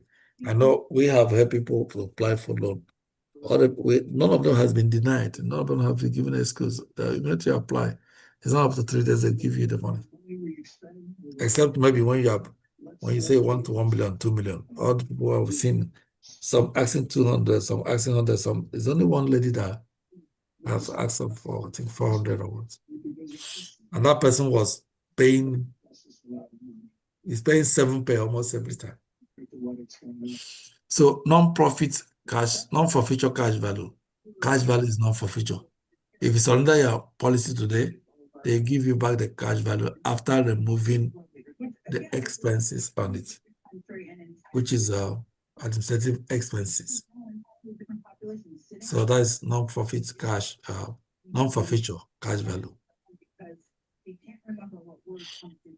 All right, let's look at this. Insurer must. Right. I want us to understand this. There's 2 or things I want us to know in this particular non-forfeiture cash value. To address this, many states adopted let's start from here. In the past, if a policyholder missed a premium payment and the grace period ended, the policy would lapse. That's in the past. And even still today, in term life insurance, they will lose any accumulated equity. In that case, they're going to lose all the cash value, accumulated equity. To address this, many states adopted the standard non-forfeiture law, allowing policyholders to access their cash even if they stop paying premium. If you start paying premium today, what happened to that cash value? Because it's non-forfeiture, they're going to send it back to you. So the cash value and its growth rate depends on the policy type and company, and any loans taken out will reduce the cash value. If you take out loans, if you have taken out loan from your account, it's going to reduce the cash value. Of course, you know that, because the loan is coming from your cash value. So insurer must offer cash surrender values for whole life insurance after 3 years. So do you get the cash value surrender now? If you open a cash value life insurance, do you get the surrender, the cash surrender now? No, you get it after 3 years. Did everybody understood that? If you open policy today, do you automatically start getting the cash surrender? The cash value? No. If you're paying monthly, your cash surrender may still up to 5 years though, before you start getting a cash value that is in your policy. But if you pay annually, it takes close to 3 years before you start getting cash value. So that's what I'm trying to let you know. So you can only have cash surrender value after 3 years of the policy inception. That's what they wanted to know. So so these options, all right, insurer must offer cash surrender value for whole life insurance after 3 years. After 3 years, please know that cash surrender will be offered to you after 3 years of the policy inception. So though some policies generate cash value within a year, of course, if you pay annually, cash value generated within a year.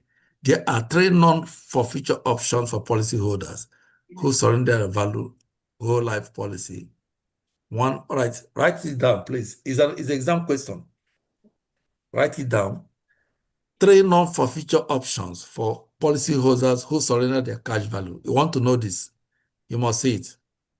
3 non-forfeiture options for policyholders who surrender their whole life policy. 1, you can surrender your policy for cash. 2, you can surrender your policy for reduced pay-up insurance. 3, you can surrender your policy for extended term insurance.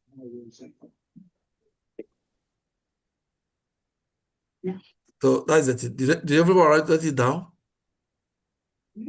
Did we write it down? Can you repeat? Not yet. All right. It's very, very important to you. Definitely, you're going to see it. You always like to ask it because it's hidden. So, you know, we said that cash surrender value starts from 3 years after 3 years of the life of the policy. But remember, when you pay annually, your cash, the cash value will start generating early. But if not, you still have to 3 years before you start generating cash value. So they now said, when you start to surrender, when you decide to surrender policy, there is a cash value options, which we said, remember the cash value then is not for Go there, please. Please, close this mouth. All right, please, can we mute yourself when you are speaking outside here, please? So we are talking about the cash value, cash surrender value options. What is a cash surrender? Cash surrender is when you decide to surrender your policy. When you have generated cash value, that money is coming back to you. We call it non-forfeiture cash value. Non-forfeiture. Cash value is non-forfeiture.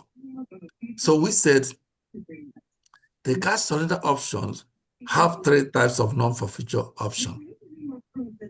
That's what we're trying to say. Have 3 types of non-forfeiture option. So the 3 non-forfeiture options for policyholder who surrender their whole life policy are: you can surrender for cash. You just collect your cash and go your own way. You surrender your policy, they pay you the cash value by cash, you go your own way. You can do it through reduced pay-up insurance. We are going to find out what's the meaning of reduced pay-up insurance. 3, you can surrender it for extended term insurance. So we're going to see 3 of them, what they mean. So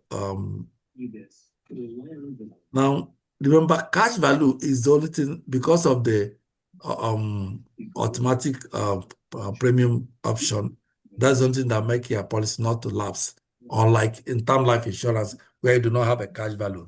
If you do not pay this month, after the grace period, your policy will terminate. That is the truth in term life. In cash value in life insurance policy, it does not, because you have cash value. Automatically, if you do not pay after the grace period, the automatic provisions, premium provisions will set in. The policy will be paying your premium for you as far as you have accumulated cash value on it. So the essence of paying annually, you can see that it's not even good for somebody to consider he's paying his policy monthly. I'm telling you, from what we've seen, you can see it's not even good. If you're paying your policy monthly, you are only keeping that policy alive. If you're paying monthly, you're only keeping that policy is not really working for you. It's not working what it's supposed to work for you because you are not generating any cash value.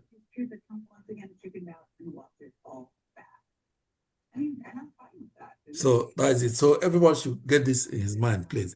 So let's look at, we are looking at the three types of option, non-forfeiture options you can use. One is cash surrender option. Policy owner may request an immediate cash payment for their cash value. You can send them to give you the cash. You can just collect the cash and go your own way. So that is cash surrender option. Any outstanding policy loans or debts reduce the amount of cash value that the policy owner will receive. Of course, if you have debt on the policy, definitely going to do some deduction. So let's look at reduced paid up option. This one, this reduced pay up option normally come out there, and most people get confused about it. Remember, it's not for future option. One of the ways you can get not for future option is what? You surrender, you buy cash, tell them to pay you their cash. The next one is for reduced pay up option. A second non-forfeiture option is what? To accept a paid up policy for reduced face amount of insurance. Which means if you surrender your cash, your policy today, they can tell you to what? Reduce the face amount. You can reduce the face amount to reduce the premium so you can be able to pay. So instead of surrendering it, they wouldn't want to surrender it. They will tell you, it's all right, we're going to reduce your face amount. And immediately if you reduce your face amount, what happens to your premium? Your premium will drop. They ask you, can you be able to pay that?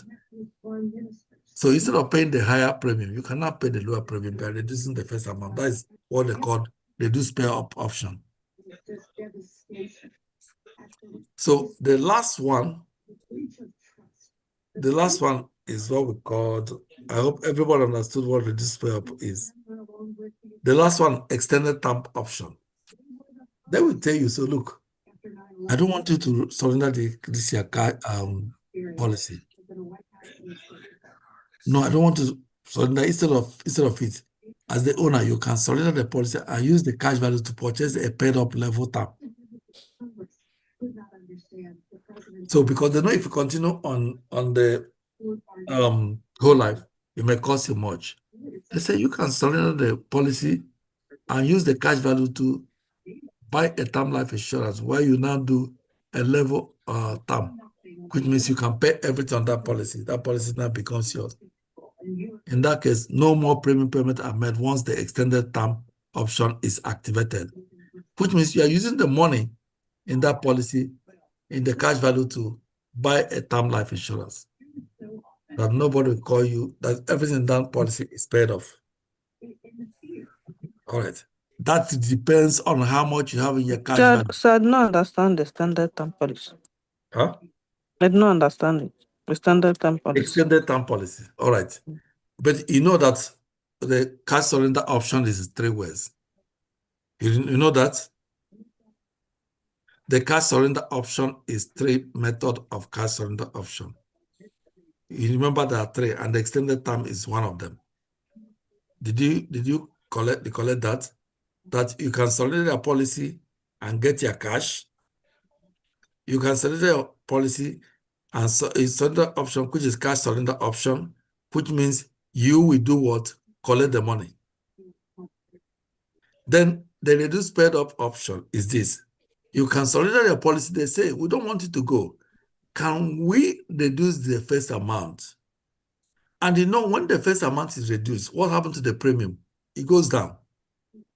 For instance, if you're paying 500,000, if your policy is 500,000, in that 500,000, you are paying $700 premium monthly. Now, you want to surrender your policy. They finally have a cash value. So you want to surrender it, you want to use reduced paid up option. What happened? The company will offer you reduced paid up option. Say, look, don't surrender that policy. Surrendering policy is canceling policy. Don't do that. We're going to reduce your premium, your face amount. Automatically, if you reduce your face amount, what happens to your premium? Your premium will drop. So instead of 500,000 dollar policy you have, they can cut it to 250 or 200,000. If they cut it to 200,000, it's a policy you are paying $700 or $800 before. They now decide to cut it into half. What happened to the premium? The premium drop. So that is what they do sped up option. Now, extended term option is this. They say, please, do not surrender the policy. Can we use the cash value, the policy from the cash value from the policy we are doing to buy you a paid up level term? You know what level term is? So remember, in level term, you'll be paying a fixed premium. Is that correct? Huh? In level term, you're paying a fixed premium. But in this paid up level term, it means that premium, that term has been paid. All the premium has been paid. So you do not need to pay another premium again because they have used their cash value to pay up the policy totally. So that's why is it. Did you understand it? You get it? Somebody asked that question. Did you get it? Yes, sir. I got it. I got it. All right. So provisions and options related to policy proceeds. Beneficiary designation. I think settlement option provision. All right, let's look at it. This one, settlement option provision, is always there most times. So when applying for life insurance policy, remember, you as the policy owner must understand the purpose of the policy they want to purchase. You do not just go and buy life insurance policy for buying sake. You must know the reason why you are buying it. What happened to the policy? Who the policy supposed to protect? What does it supposed to do? Is it protecting your child? Is it protecting your spouse or is it for a charity? All this is what you have to know. What the policy intend to achieve. Is it for income replacement? Is it for debt reduction? Is it for asset creation? You see, all these things what will be in your mind. You're not just buying policy for buying sake. You must know whether you're buying that policy for income replacement. You must know whether you're buying that policy to have money to pay your debt reduction. You must know whether you want to create an estate. Remember, life insurance creates an estate. So you want to know what that policy is. If you're buying for your child, you know the reason why you're paying for your child. Are you buying for your child for income replacement? Are you buying the policy to your child for debt reduction?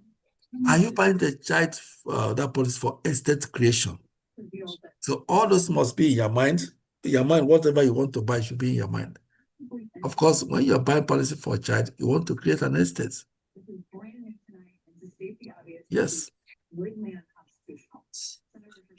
So that is it. So one important element policy owners should consider when purchasing life insurance is the availability of settlement option. So we're going to finish the settlement option before we call it a day today. Look at this. I want everyone to know this. Please, settlement option is always there in exam. So before you buy a policy, you should consider when purchasing a life insurance policy is what? The availability of settlement option. And what is that settlement option? Is the way the death proceeds are paid at the time of the insured's death. That's settlement. You don't just want to buy life insurance and put the beneficiary who will, tomorrow, if they find it, they don't see you, that money will vanish on the air.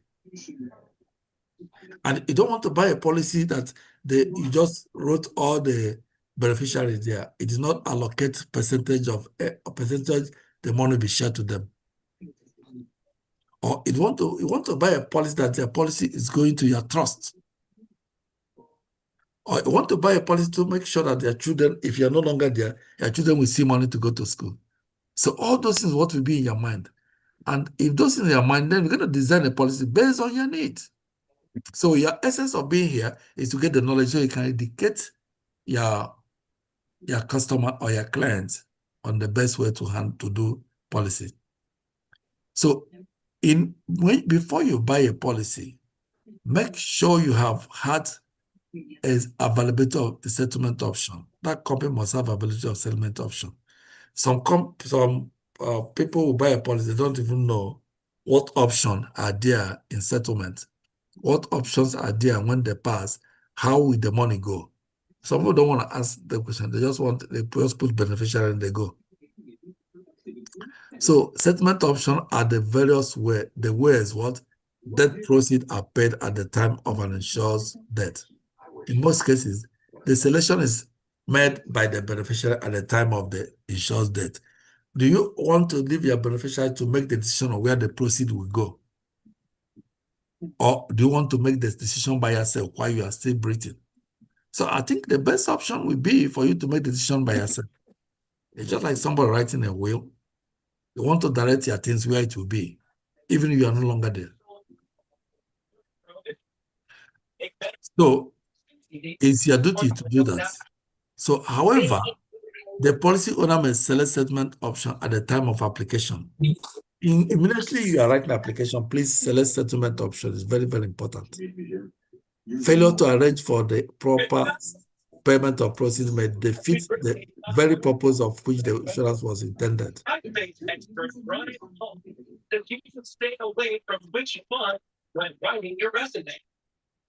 Roman, Helvetica, So, Because delivery is like pretty normal and TypeScript is like totally consumed. I'm just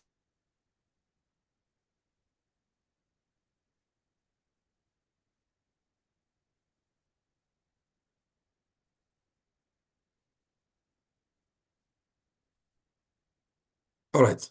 So that is it. You must have a settlement option in there before doing the application. Please, it's very, very important. Very, very important. Very, very important. You want to know where the money will go. Don't just go and buy policy and leave it there. We want the beneficiary to decide where the money goes. I don't think it's the right thing. So living benefits allow a policy owner to receive portion of the policy proceeds while the insured is still alive. The insured will typically require the policy owner to have a physician satisfied that the insured has quality condition, that is terminal illness, before providing access to living benefits, of course. So beneficiary designation provisions. How do you say this is my beneficiary?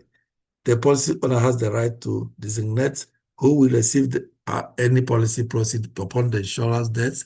Of course, the beneficiary, we're going to say who is the beneficiary. It's their right to decide whether you're using revocable or irrevocable beneficiary and how many beneficiaries you want.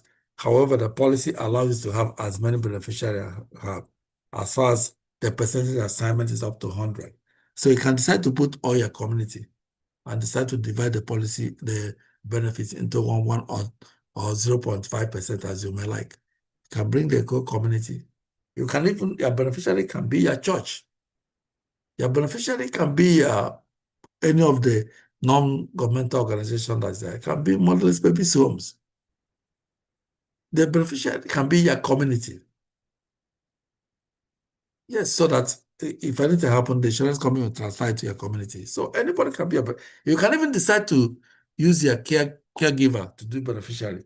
Have you not seen where somebody was taking care of somebody and the person passed? Behold, he used that caregiver as a beneficiary, which means he or she changed it when the caregiver was taking care of him. Because you have the right to change your beneficiary at any time. I hope most of us have witnessed that or have had such news. So you can change your beneficiary at a will. Settlement option provision. The settlement option provision outlines the various ways that policies death benefit may be paid to the beneficiary, as well as who has the authority to decide how the funds will be distributed. As life insurance policy includes a variety of settlement options that are available in a beneficiary when a insured dies, the settlement option provides the beneficiary with greater flexibility in receiving proceeds.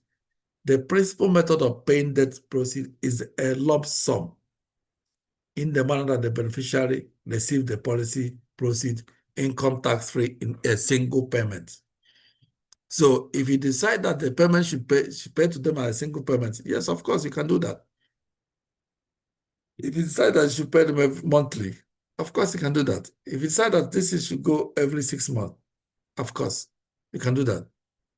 So following the insured death, if the settlement option other than the lump sum option is used, the proceeds will remain with the insurer and be paid installmentally. Of course, it can be paid installmentally. The insurance company must pay interest on the proceeds that remains with them. The interest credited to or paid to the beneficiary is taxable as ordinary income.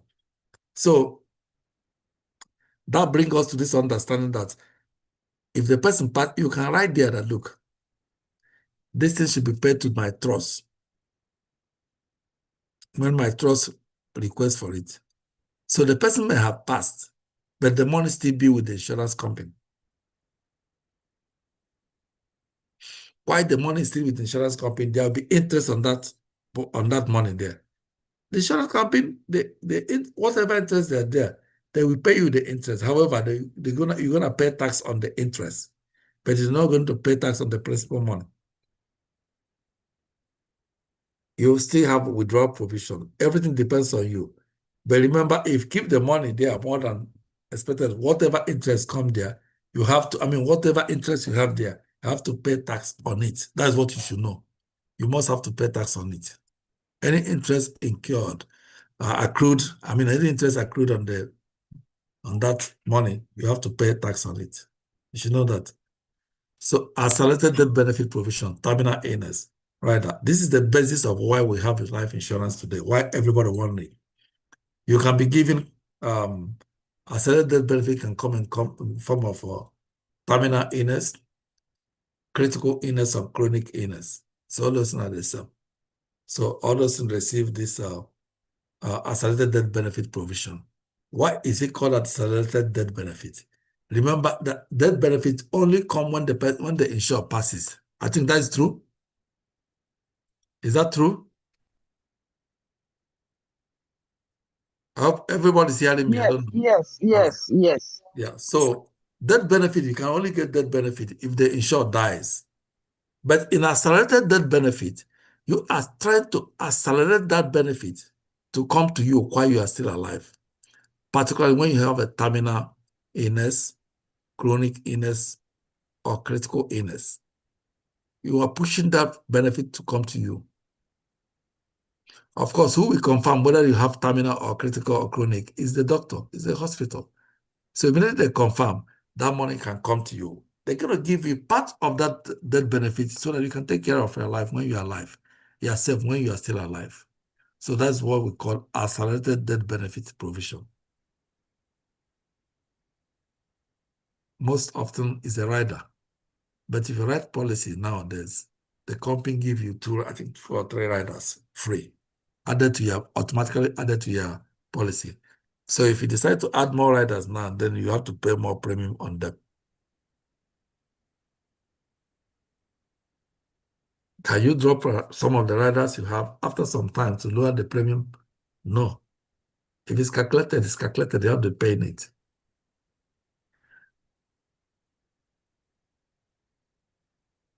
All right. What again do we gonna do here? Disclosure. Do we have anything to do with disclosure? Variation.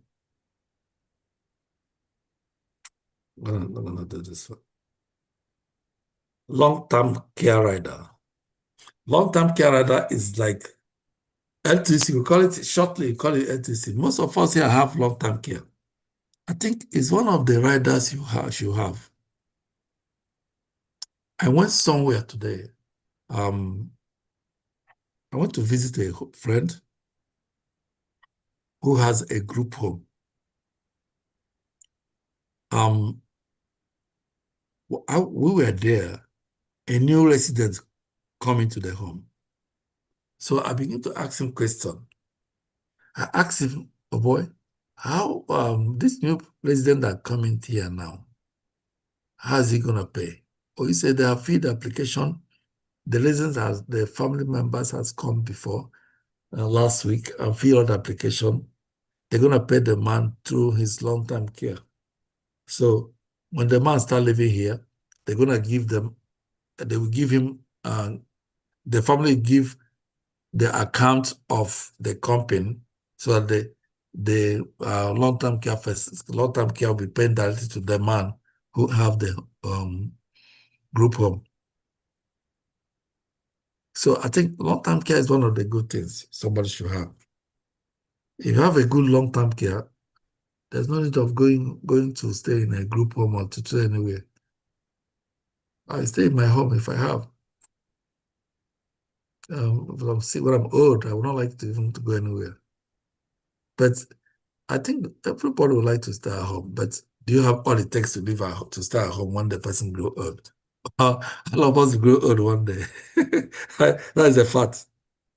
So long-term care benefits are available by adding long-term care rider to a life insurance policy. So long-term care, you can add this as a rider, and you can have it as a rider in your policy. You can have it equally have it as a single policy. So if they refuse to add it to you in your policy as a rider, you can go and write the policy long-term care.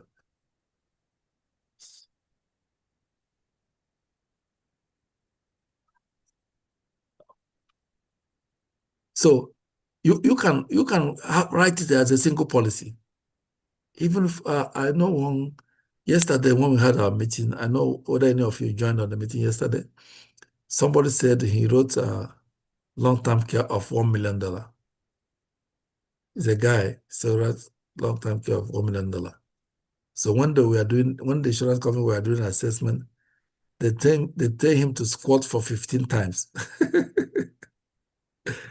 Because they want to know his physicality, whether he's still okay or not. They want the guy to squat 15 times. They want to know whether he's still able to do that. So it's a good thing to get if you can get it. If you're able to get it, it's very good. Long-term care, honestly. If you can, it's good to have. Either you have it as a rider or you have it as a single policy. Write it. It will help you. And what can trigger long-term care in your policy to become effective is when you cannot do 2 of the 3 LDLs. When you cannot do at least 2 of the basic activity of daily living, which we call ADLS. What are the 3 the activity of daily living?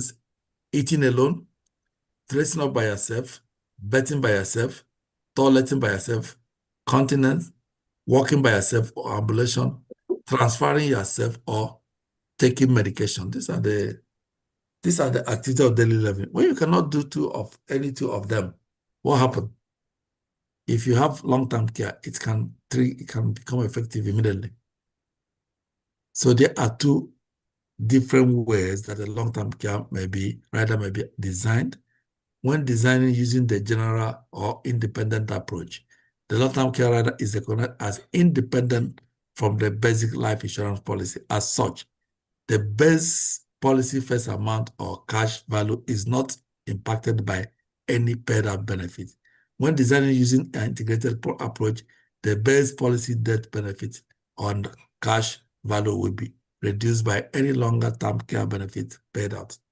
So what I'm trying to tell you here now is it can come as a rider, and you can write it as a single policy based on how much you have, on how much you want on it.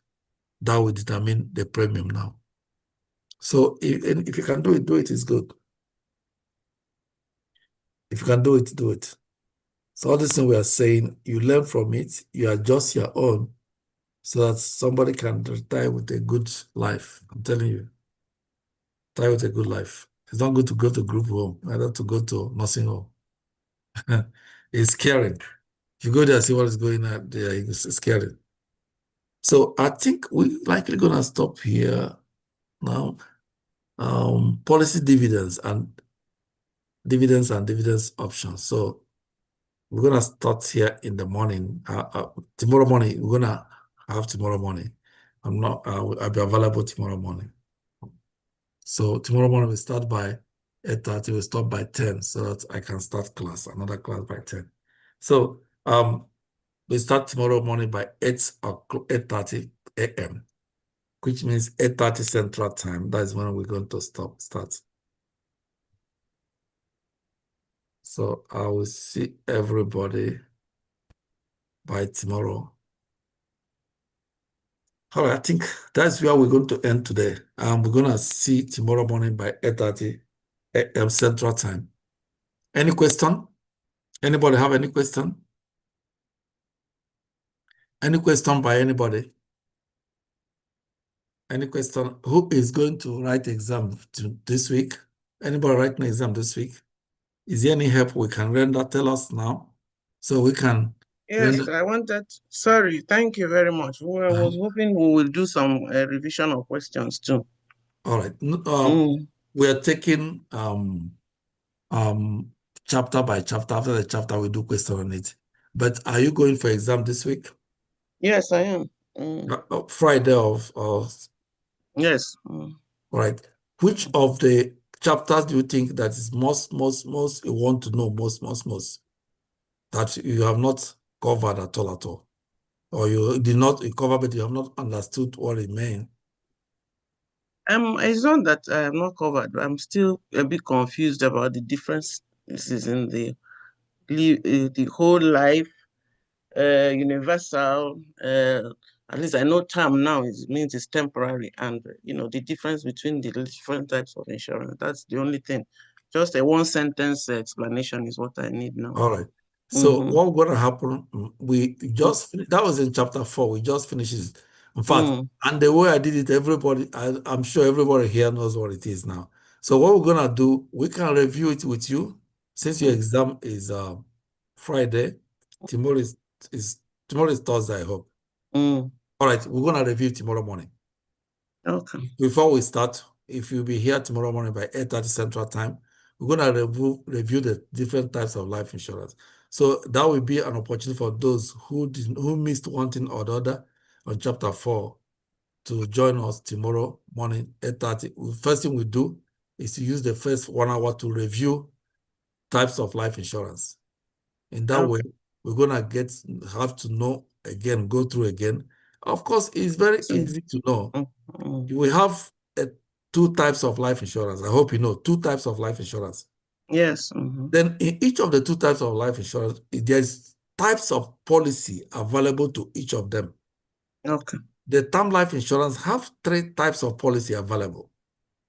One of them level term, increasing term, and decreasing term. That is the 3 types of term insurance, 3 types of term policy in term insurance, 3 types. Level policy, increasing policy, and decreasing policy. The level policy is the one that everybody knows. That's the one everyone is doing, which is what?